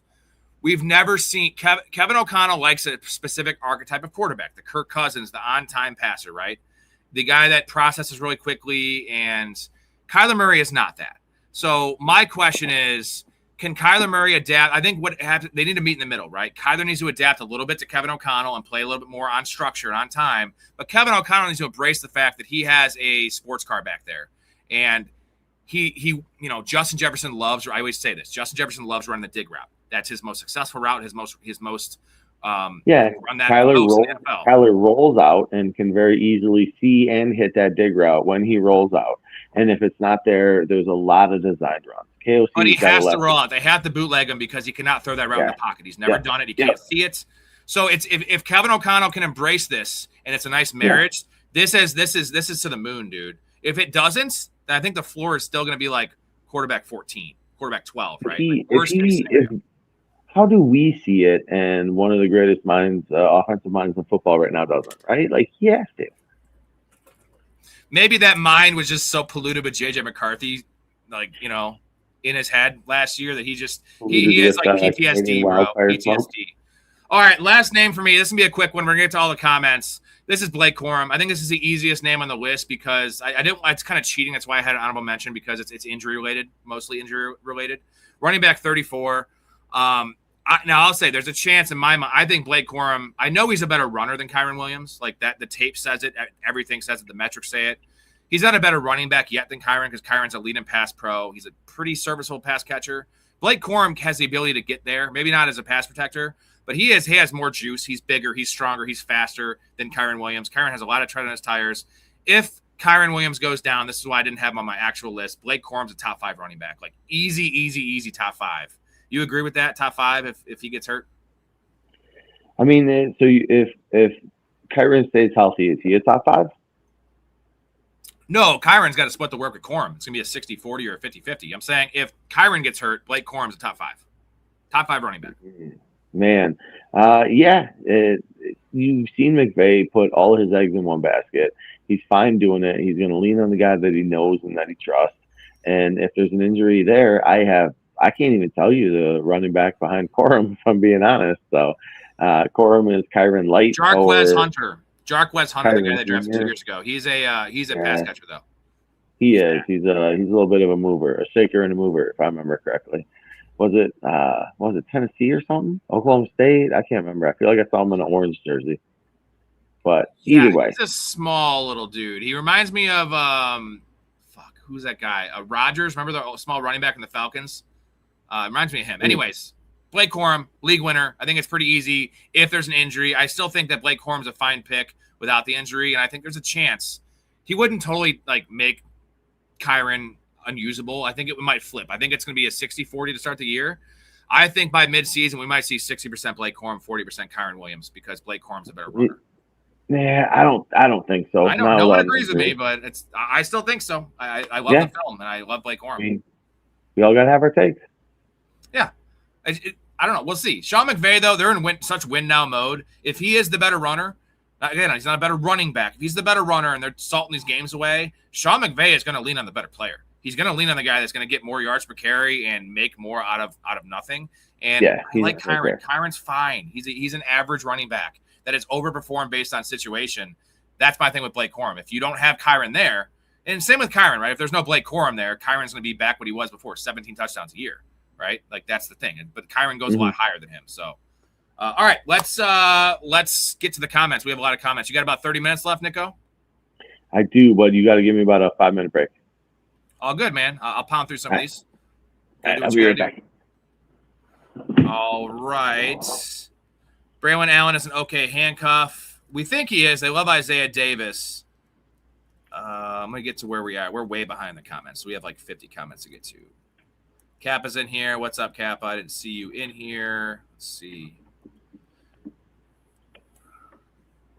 Kyle says, do you like Breece or Bucky more in redraft? Well, Breece Hall more, but at value, I like Bucky more because Breece Hall goes in the early 3rd round. Bucky goes in the early 5th round. 2 rounds of value there.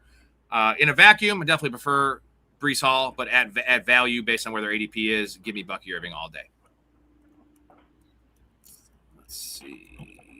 Hetzer, the booze. Hetzer, are you still with us, man? Are you still with us? We have Mouth in here. What's up, Mouth? Nick O holding the phone, working out his left. Nick O is has a different setup today. He's got family over, but he is he's being a badass, and we appreciate him toughing it through and not his ideal setup that he usually has. Hetzer is still with us. Real quick, guys, before I do get to the rest of the comments, I do want to shout out Mouth and Downtown Sports Boys. If you were in here, you have not checked out their show, check them out. You don't have to sub yet. Just give them a listen for a couple minutes. You will sub. They're on YouTube now. They're also on 23 other platforms. Guys, Ian Eagle, Noah Eagle, a couple guests that they've had this year and every other year. They have the Eagles on the show, not the band, the awesome announcers, Downtown Sports, where sports come home. Go check them out on YouTube. Would really appreciate if you did that. Also, Helen Hunt made an appearance. Say hello to Helen. Where's Helen at? She didn't pop up. There he is. She was shy today. She was very, very, very shy. Hi, Helen. You look great. She does actually look pretty good today. Some days she doesn't look as good. Today looks pretty good. Let's see here. Chat.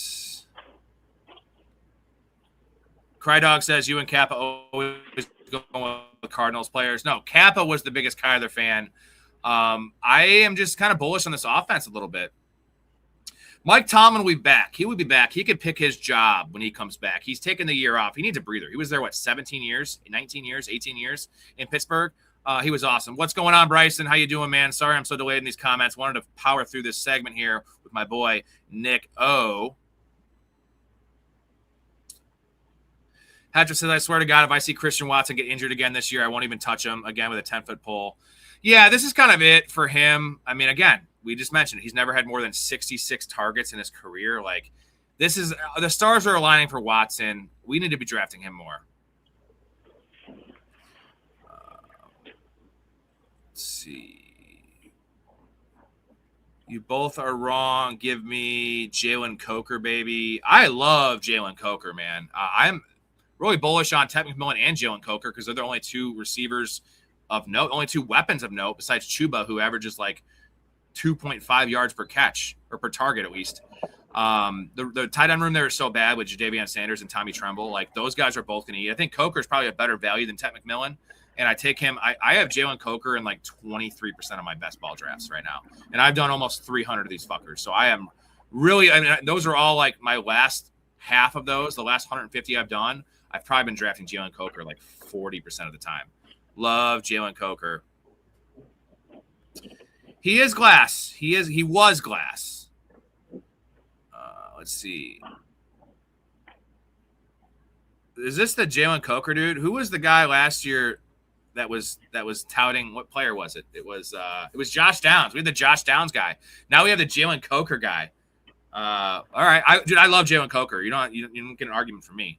I was holding him in every league last year, and I did stream him a couple spots that week. He had like 70 yards and a tutty. Packers have had some issues for sure, man, with the strength and conditioning stuff there. Where are we at? Vegeta says Terry 8 targets a game. That would leave him with what? So 80. That would be 136 targets. I have written down here for Terry 140 targets. I think 140 targets is super gettable for. I'm going to mute Nico right now while he's moving around. When he starts talking, guys, let me know if I don't see him. Where do you think Diggs will go? The ideal landing spots for me, 2 spots, Commanders and then Ravens. I think Commanders is best for fantasy for him. Ravens is probably the best real-life fit. It might be both. I think Commanders are the fit for both. Let's see. The Panthers have no tight ends.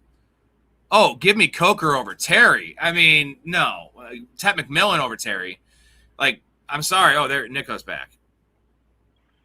There you are.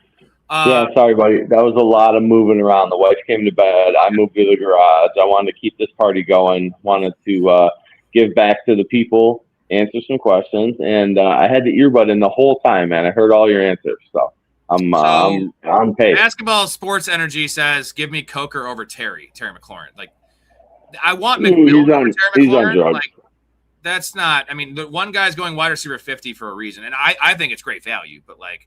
Jalen Coker's the number 2 with Bryce Young. Terry McLaurin's the number 1 with Jaden Daniels. Enough said. Yeah, Bryce is scary, and you got Tyrell McMillan there. He's going to command everything. Bryson says Washington seems like a team to make a big move by the trade deadline for a wide receiver if they're playing well. It's Diggs, dude. They're signing Diggs. I think they're going to – that's what I was going to say. I think they're signing Diggs, right? Like Diggs or no, Debo would be a spot, but they were just there. He was just there, and they didn't sign him. So wouldn't that be kind of uncomfortable? Like, that's like – yeah, they're not touching him. That's like J-Lo and Ben Affleck trying to get back together. Like, obviously, you saw that didn't work. For the third time? Yeah, J-Lo. Don't think just because I got a lot of money, I'll give you taco-flavored kisses, honey. Fulfill all your wishes with my taco-flavored kisses. Taco, taco, burrito, burrito, taco, taco. Oh, that's terrible. Got a Downser. Nice call, Mouth. Yeah, we had a guy last year who was just talking up Josh Downs, and like I kept on banning him because he was just being annoying, and he had like 5 burner accounts, and he came in, it was all Josh Downs all the time, and like of course the next 3 weeks Josh Downs goes off, so we thought it was like Josh Downs' agent or something. So now we have an agent in the show, and dude, we love Jalen Coker in this program, big Coke heads around here, but I'm a Downser, dude. I am on Josh Downs big time. As much as I talk about Warren being a league winner, I am a Downs truther this year as well. You have Down syndrome, is what you're saying. Yeah. All right. Vegas just wants action on the numbers. Yeah, that's why they do that for sure. In terms of setting the lines weird, but like the bottom line is it's still pretty accurate. It's not projections, right? The Vegas lines aren't projections. They're just trying to get action on both sides, like Bryson said. But I'm still going to take some stock in what Vegas is saying because they wouldn't throw out they don't know this injury stuff. They wouldn't throw out like an obscene line. But yeah, they just want action on the numbers, and we want to find that. By the way, guys, I'll give out a freebie for you guys. Freebie. Brock Bowers over 875.5. Go bet that right now. 875.5. Guys, he had 700 last year. And he was hurt. He played 12 games. Like, how many healthy games this year is it going to take for Brock Bowers to hit that number? 875. How many healthy games, Nico? I have a number in my head. Man, I expect a lot out of him. I think 12 gets that all day. I thought 12 as well, dude. So, like, that means he can miss 5 games. I know that's aggressive. I think 14 is much more fair to say. But I think 12 could be the answer. We have Mark in here. I think he plays the whole season. It's an easy dub. We got Mark in here. Let's get it. What's up, boys? Hope all is good. Happy Friday. Funding the draft and beer chug. Let's get it. So I got another chug here. It's going to be a fun draft for sure. Shout out to Mark, one of the OGs, and go to the channel. Let's Get It was a staple forever before the stream even started. We fucking love Mark around here. Hope you're having a good weekend, man, and you get a couple days off to rest. Can't wait to have you back more in the regular season. I know you'll be tuning in more once things get a little bit more relevant. You know, we've been talking 3 hours a night since February. Now that things are getting a little more real. Even though we love the off-season talk too, right? It's a little more hypothetical, though. It is, man, and it's what I love is just the thought. Like, how do you analyze it? How do you look at it? Like, how do you process it? All of those things kind of shape what you do going into the season. It's the same. I look at it as the same as the NFL teams, right? Where they got OTAs and they got a bunch of practices and they got non-padded practices and they got all these things. And that's what's getting them in football shape. And that's what's getting them ready to ball, man. So this is us. This is our OTAs. This is us off season getting ready to ball. All right, I'm going to do the thing we have to do around here. I race myself in a beer chug. You're probably like, what are you talking about? I'll show you what I'm talking about. It's a fun time. It's a good time. Here we go. Where is it at? There it is. Here you go.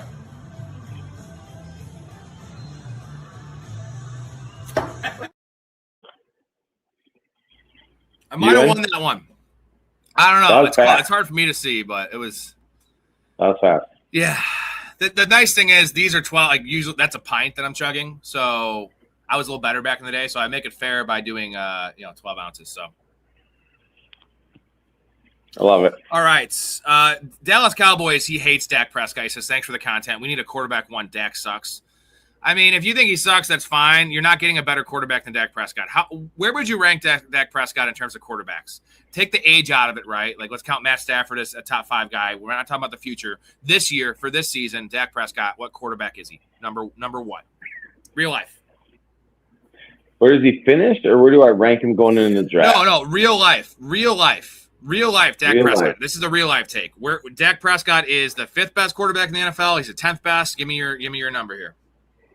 Dak Prescott is one of the best pure passing quarterbacks in the NFL right now, and I love his ability. I know his rushing upside's gone down. I want to put him 8.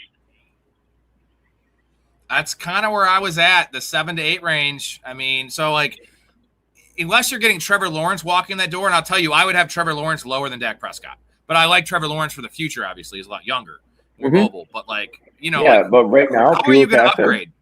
How are you going to upgrade? Not even that, just in general, the quarterback position, because he's not Kirk Cousins back there. He's not Matt Stafford. He can move a little bit, like not as much as he used to. But Dak's a top 10 quarterback. Let's settle on that. So like, you're not getting a top 10 quarterback. They're not. Kyler Murray was a rare case, but I want Dak Prescott over Kyler Murray all fucking day, dude. In real life. Yeah, I'm with you. And I get it. He wins them against bad teams. Their defense has always been trash. Go back to the last time they were in the playoffs, that awesome year they had when they gave up 45 points to the fucking Packers at home. Like, it's the Cowboys. This is the Cowboys' problem, and Dak's been a problem as well. Some of the injuries, and he throws some picks and some inopportune times. But Dak Prescott's I think Dak's super underrated as a quarterback. Yep, he's a great pure passer, dude. I want Dak over Jalen Hurts, bro. If I had to pick a quarterback for the Browns this year, do you want Jalen Hurts or do you want Dak on the Browns to win games? Oh, man. I think I want Hurts. I think I want the rushing upside still. I understand he can't throw over the middle, but I'll take it. Yeah, we've just seen Hurts be really bad at times and like not even, almost not even playable. So, yeah, I get it. Let's see. I got to go back to this comment. It was great. Browns have a Pro Bowl quarterback. Fucking love that comment. We have, I think this is a good one. I think the Colts offense of last year could be the Colts offense this year, which that's logic, right? I mean, really, they could be. I think last year was extreme upside. Jonathan Taylor was running so hot. Offensive line held up, and Daniel Jones was playing like Drew Brees. With the injury alone, they probably won't have that start to the year, but they could be maybe a back half team, a top 5, top 8 offense back half. Yeah, they can. Why not? If you're putting that same offense out there again, it makes a lot of sense to me to be able to lean on some of these big play guys. I think Jonathan Taylor's got another great year left in him. He's getting, 28-ish? I think 29, 28. But not off the cliff yet. And I think it starts Nico, we're not talking about the Commanders. You're doing a Dan Quinn here. That's Dan Quinn. The Dan Quinn. I know. I'm in the garage, dude, and I'm busy fighting mosquitoes, dude. They're bad tonight. And so I'm using the hat for protection, dude. We're getting after them. Bryson says if Rome starts painting his nails, is he Chicago's wide receiver 1? That'll build the connection a little bit more, right? They go to the salon together. They get a mani-pedi. Hell yeah. Let's do that. That's a good connection. I'm in. All right. Caleb should be in this conversation, undervalued. Dude, I don't know, man. I'm a Bears guy. I think he might be overvalued. Like, we'll see. There's some question marks there with Caleb. I don't know. You're all spooky. It's so dark there. It's very spooky. I know. You got a light you can turn on? My light just turned off. It wasn't supposed to turn off. Bryce says, bro, Derrick Rose is so good before the injury, though. Yeah, but we all know why Derrick Rose's career got tanked, though. He had a meniscus issue, which totally tanked Derrick Rose's career. Poor Rose. Poor D-Rose. Jonathan just got done racing, got the win, 1,000K to win race 2. Is that so? You have another race. If you win that, you get 1,000. That's fucking amazing. Jonathan's fucking Evel Knievel, bro. He's crushing. Let's fucking go, Tugger Nuts. That's my guy, man. I made a couple trades with him. He's one of the best commissioners I've ever dealt with, dude.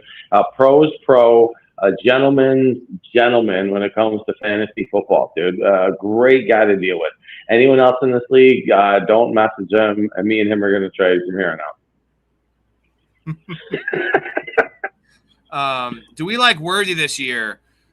I love Worthy this year. It's just there's a lot of risks there, but at that point he's a bench receiver, so I'm about him in best ball more than redraft. But they didn't bring anyone in. It's Tyquan Thornton, who I like as well, and it's Rashee Rice, who can't stay out of trouble and can't stay healthy, and Travis Kelce's 91 years old. So there's a lot of upside with Worthy. I see it. I like it. I like where he's going at. I think he's a value. Marvin Harrison Jr. versus Deron Bland didn't just break his ankles in the end zone. That was an awesome highlight. It's one of the few nice things Marvin Harrison. You remember that play? It was like a 6-yard line. It's nice. That's the one thing we saw Marvin Harrison do that was actually good. He had one time where he mossed a guy at the back left of the end zone, and he like almost cried because he was having a rough 2 or 3 game stretch. My love of Marvin Harrison, again, I was not a big fan of him getting drafted as high as he was. I just think he's a better player than he's shown, and I think there's a chance he is still an elite player. I know throwing out the Devontae Adams comp is a little wild, but I promise you, Devontae Adams was much worse as a rookie and a second-year player than what Marvin Harrison has been. Like, much worse. Not even just the stats, like eye test, dude. You just remember all those stares from Aaron Rodgers. I know it's pretty easy to get stared down by Aaron Rodgers when you make a mistake, but it was a lot of it, dude. There was a lot of shit there. And he couldn't succeed with Aaron Rodgers when he was young. Like, Marvin Harrison's had a much worse situation. Yeah, there's a world where it happens with Marv still. I'm not writing him off. I don't hate the take. All right. Nick O equals GOAT. 100% the GOAT, man. This is true, though. Tyler Shuck, is he really already 27? I thought he was 26. That is up there, brother. So, like, Tyler Shuck's 4 years older than fucking Zach Wilson. You know what I mean? This is Zach Wilson's 4th season, and he's only like 25 or 24. Really weird. Yeah, we're seeing this weird shift in older players because of COVID. We just kind of it is what it is. Like, I don't think we need to make a big deal about it. I think you got to look at it as years of experience more than age, typically, right? Oh, it takes this long before a dude this age shows out. Oh, they start tapering off at this age. Let's not say they taper off at this age. They taper off after 9 years in the league, or they show out at 3 years in the league. It might have been this dude's 28. That's the 3rd year in the league. That might be where he shows out. So I think you gotta look at that with a grain of salt and kind of combine experience with age. October 23rd, 2026, new Call of Duty comes out. It's not just any Call of Duty. It's Modern Warfare 4, which is like a big one for everyone. Kyler will perform well to this point. See, I understand the joke, and we all rip on Kyler all the time. Also, he's a garden gnome. We all know that. But I think this year, Kyler's one of those guys where A is really competitive. You don't become a top 10, a number 1 pick in the NFL, and also a top 10 pick in baseball if you're not competitive and not talented. I think this year he's going to go all in. He has to, or he's not getting paid a giant contract. Mm-hmm. And then he'll probably go back to playing Call of Duty in 2027.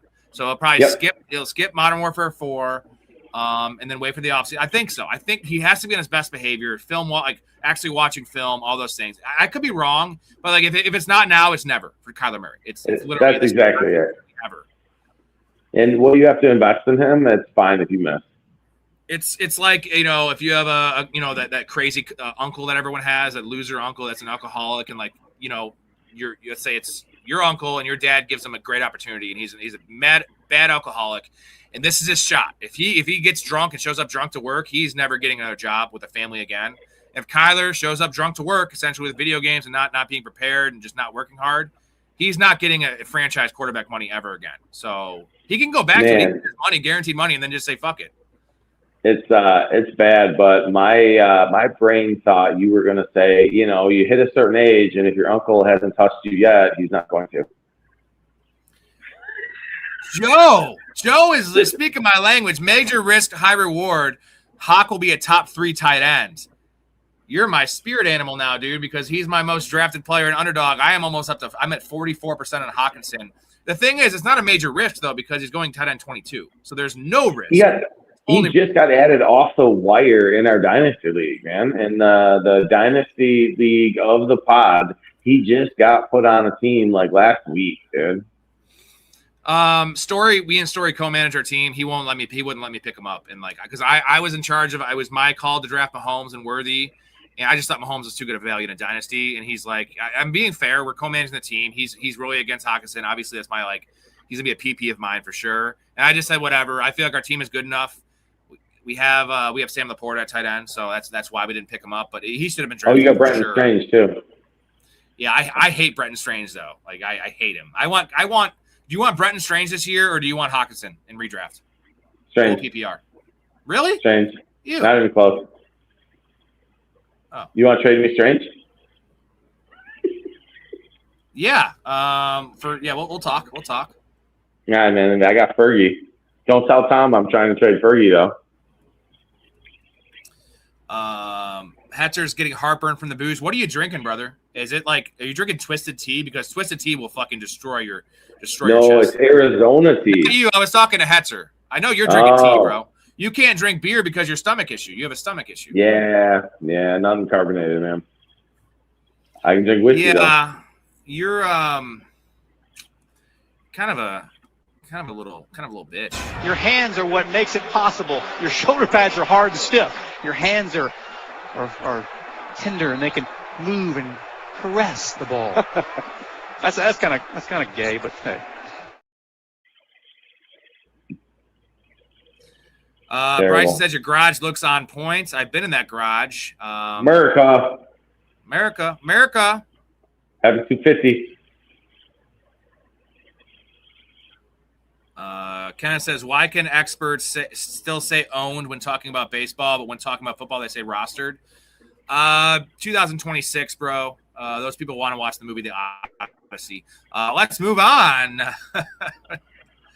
Let's see. We're almost caught up, though. We're only 13 minutes behind the chats. All the Fanatics are winning 5 figures on best ball. I really hope so. Kenneth says, how many managed leagues is too many managed leagues?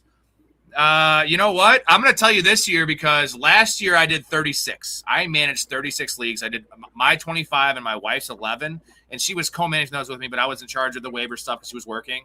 But, we were co-managing, but I was still managing those teams. I'm going 40 this year. I'm hitting 40. The last 10 years, I've averaged around 24 redrafts a year. That was fine. It's a lot of work. I think the difference between 24 and 40 is not that much. Talk me out of this. Oh, dude, 24 and 40, it's not. Like, you're already a maniac. And so, no, I'm an insane maniac. Like, there's not much difference between those two. Reasonable people, I would say the cap is 5 to 7. Don't get past that, dude, unless you're... I was going to say 8. Really trying to live this, dude. I had 14 at one point, and it was kind of annoying, man. That was the most I've had, and I didn't love Tuesday nights. Tuesday nights got tough, and they got to the point where like I had to grind it out rather than I had to like love it out, man, and enjoy it.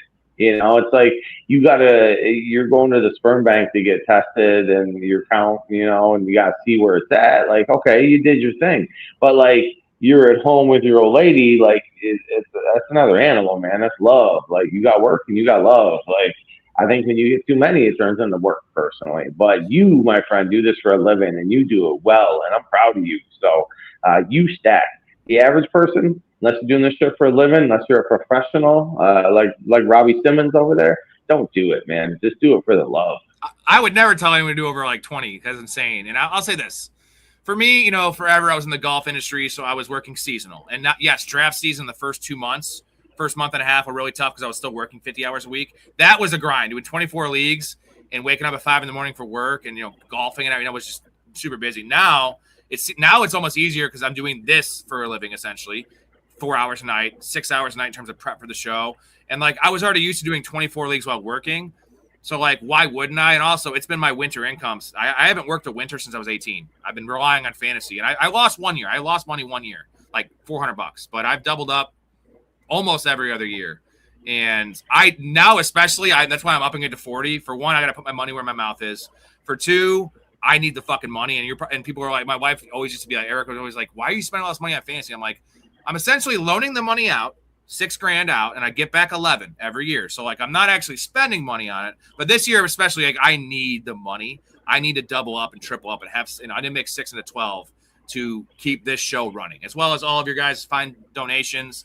Join the Patreon, guys. Get in the community. You're not going to get analysis like this, guests like this. It's not just me, Nico, Storey, Big Ray, Chaz, Mouth. We got fans coming on here. Derek was awesome last night. Dakota, Tom TD's going to be our Friday night guy, who probably knows more football than all of us, honestly. Tom TD is a genius, bro. TD's sharp, man. I brought in a sharpshooter, dude.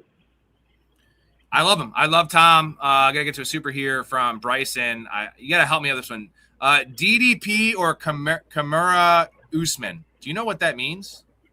Yeah, that's tomorrow night is a UFC fight, and he wants to know if Kamara Usman is going to win against what's his name? It's a long-ass French name. Diamond Dallas Page. Diamond Dallas Page. That is not accurate. Hey, Blake, are you in here? If Blake's in here, Bryson, Blake crushes UFC. Like, you see the tickets he sends us. He crushes UFC and soccer. So another reason to get in the Discord, get in the community, because we have a big betting community there. You're also going to get my bets, which if you like betting on football, which I don't know why you wouldn't, player props in particular, you're going to get these numbers, 96 and 58 last year in player props. So you're going to get some really good insight from Blake. If he was in here right now, he'll tell you who's going to win, but he bets every single fight. Like, this dude bets every fight of every UFC event. And yeah, my money's on Usman tomorrow night, personally, but I'm not as deep as Blake, dude. So let's get Blake to answer and win this gentle person, I don't know who they are, some money. You just got to ask him, Hetzer. He says Blake never shares his bets. Maybe I'll start a Discord tab with just Blake's bets, like Blake's UFC bets, because I'm not a UFC guy, but I will tell him because he knows his shit. Bryson, you got to get in the Patreon, and I will email you the link. So it is, if you just want to hop in, since it's early in the year, if you just want to hop in the fan tier, we'll talk. It is $5 a month to get in the Discord. Fan tier is $2 a month. Hop in there, get in the community, check it out, and then we'll talk from there. A lot of good stuff, man. We get you want to play fantasy leagues with us? We have a bunch of community leagues, a best ball league. We have one spot open. We have multiple redrafts. Guest, you know the drill. Guest appearance in the pod, free merchandise giveaways, hats and shirts.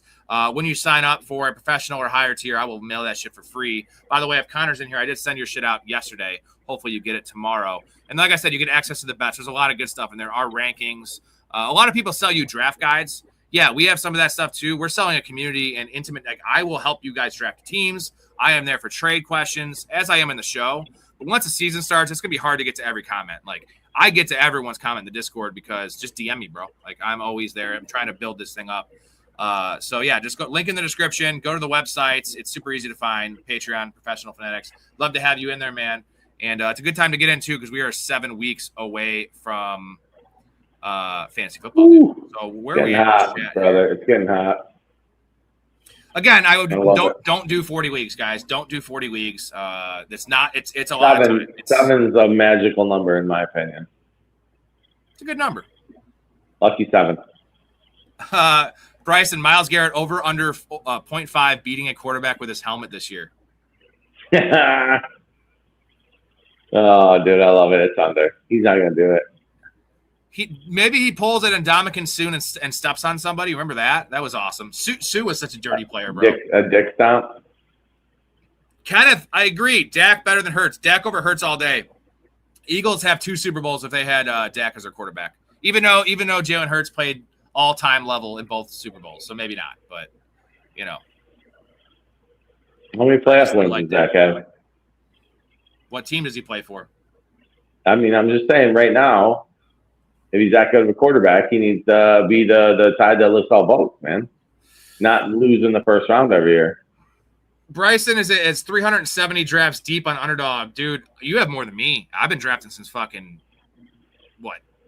March? Insane. And he's full D-gen, bro. He's full D-gen. He says he needs a community to join. You know, the nice thing is, Bryson, we're at almost 11 months on the streams. The show's been going 5 years. By the way, Nick O, July 27th is the 5-year anniversary of the show. The first podcast ever 5 years ago. But we've been going on 11 months. So the community essentially is only 11 months old. So anyone that signs up within the first year, I'm going to consider an OG and helping me when I need it most, when the show is still sputtering and I'm not, making even close to a living. Did that start 4 years ago? You've been on 4 years ago. Yeah, you've been 4 years ago. So look at you. Anytime someone joins the first year, anytime I raise any of the prices, no OG has to pay more. Whatever you're in at, whatever tier you get it at, if it is 10 years down the road and you're paying $5 a month, you're not paying more than $5 a month when everyone else is paying $15. That's my I want to give back to the guys that are supporting me now. And you guys all know who you are, and it's much appreciated, guys, for everything you do for me.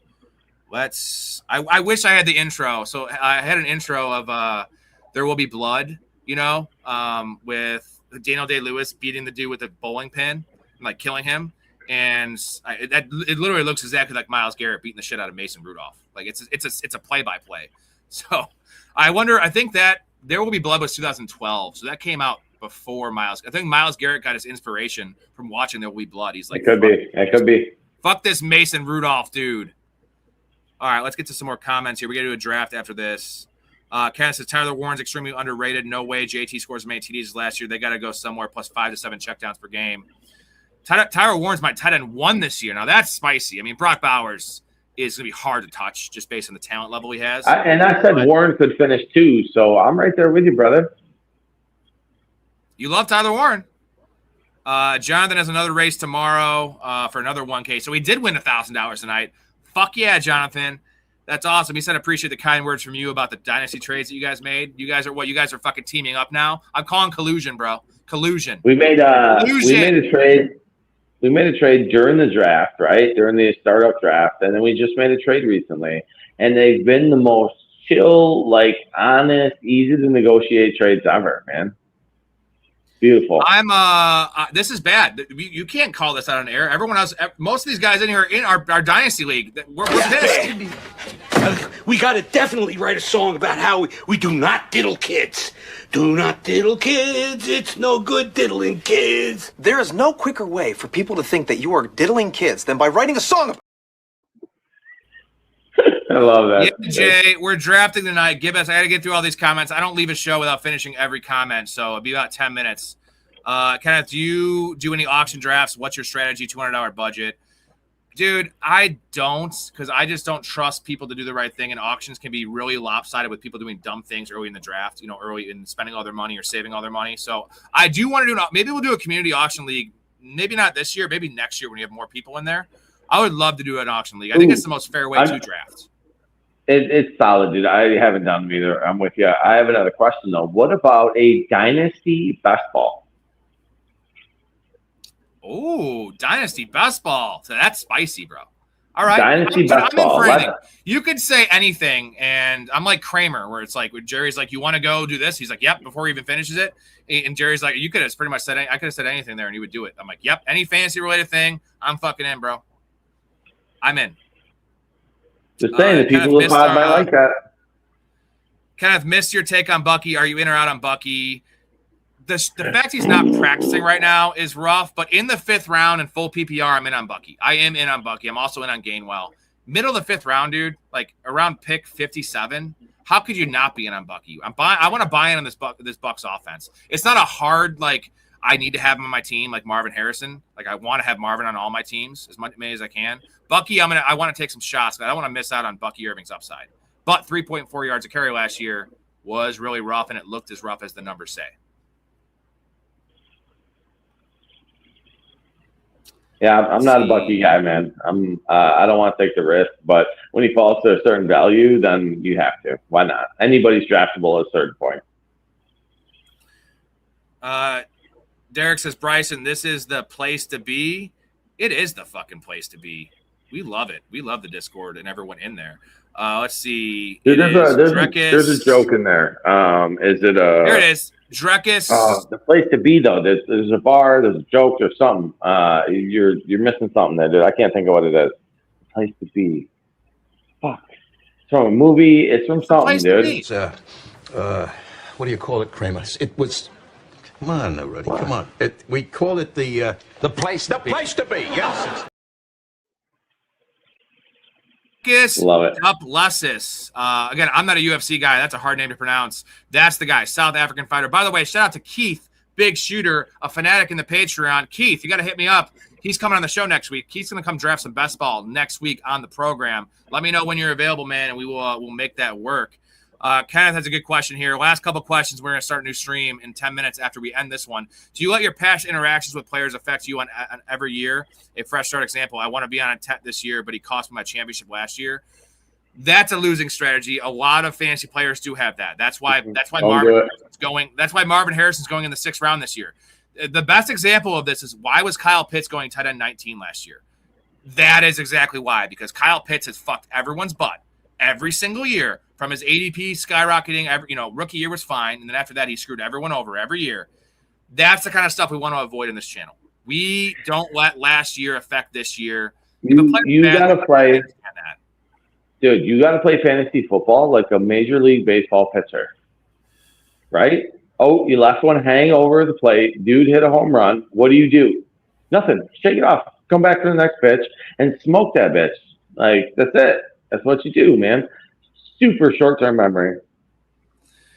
Now, let's also the counter to that is if you didn't have Kyle Pitts last year and you faced him in your fantasy football playoffs, he screwed your butt because he screwed up 50 points.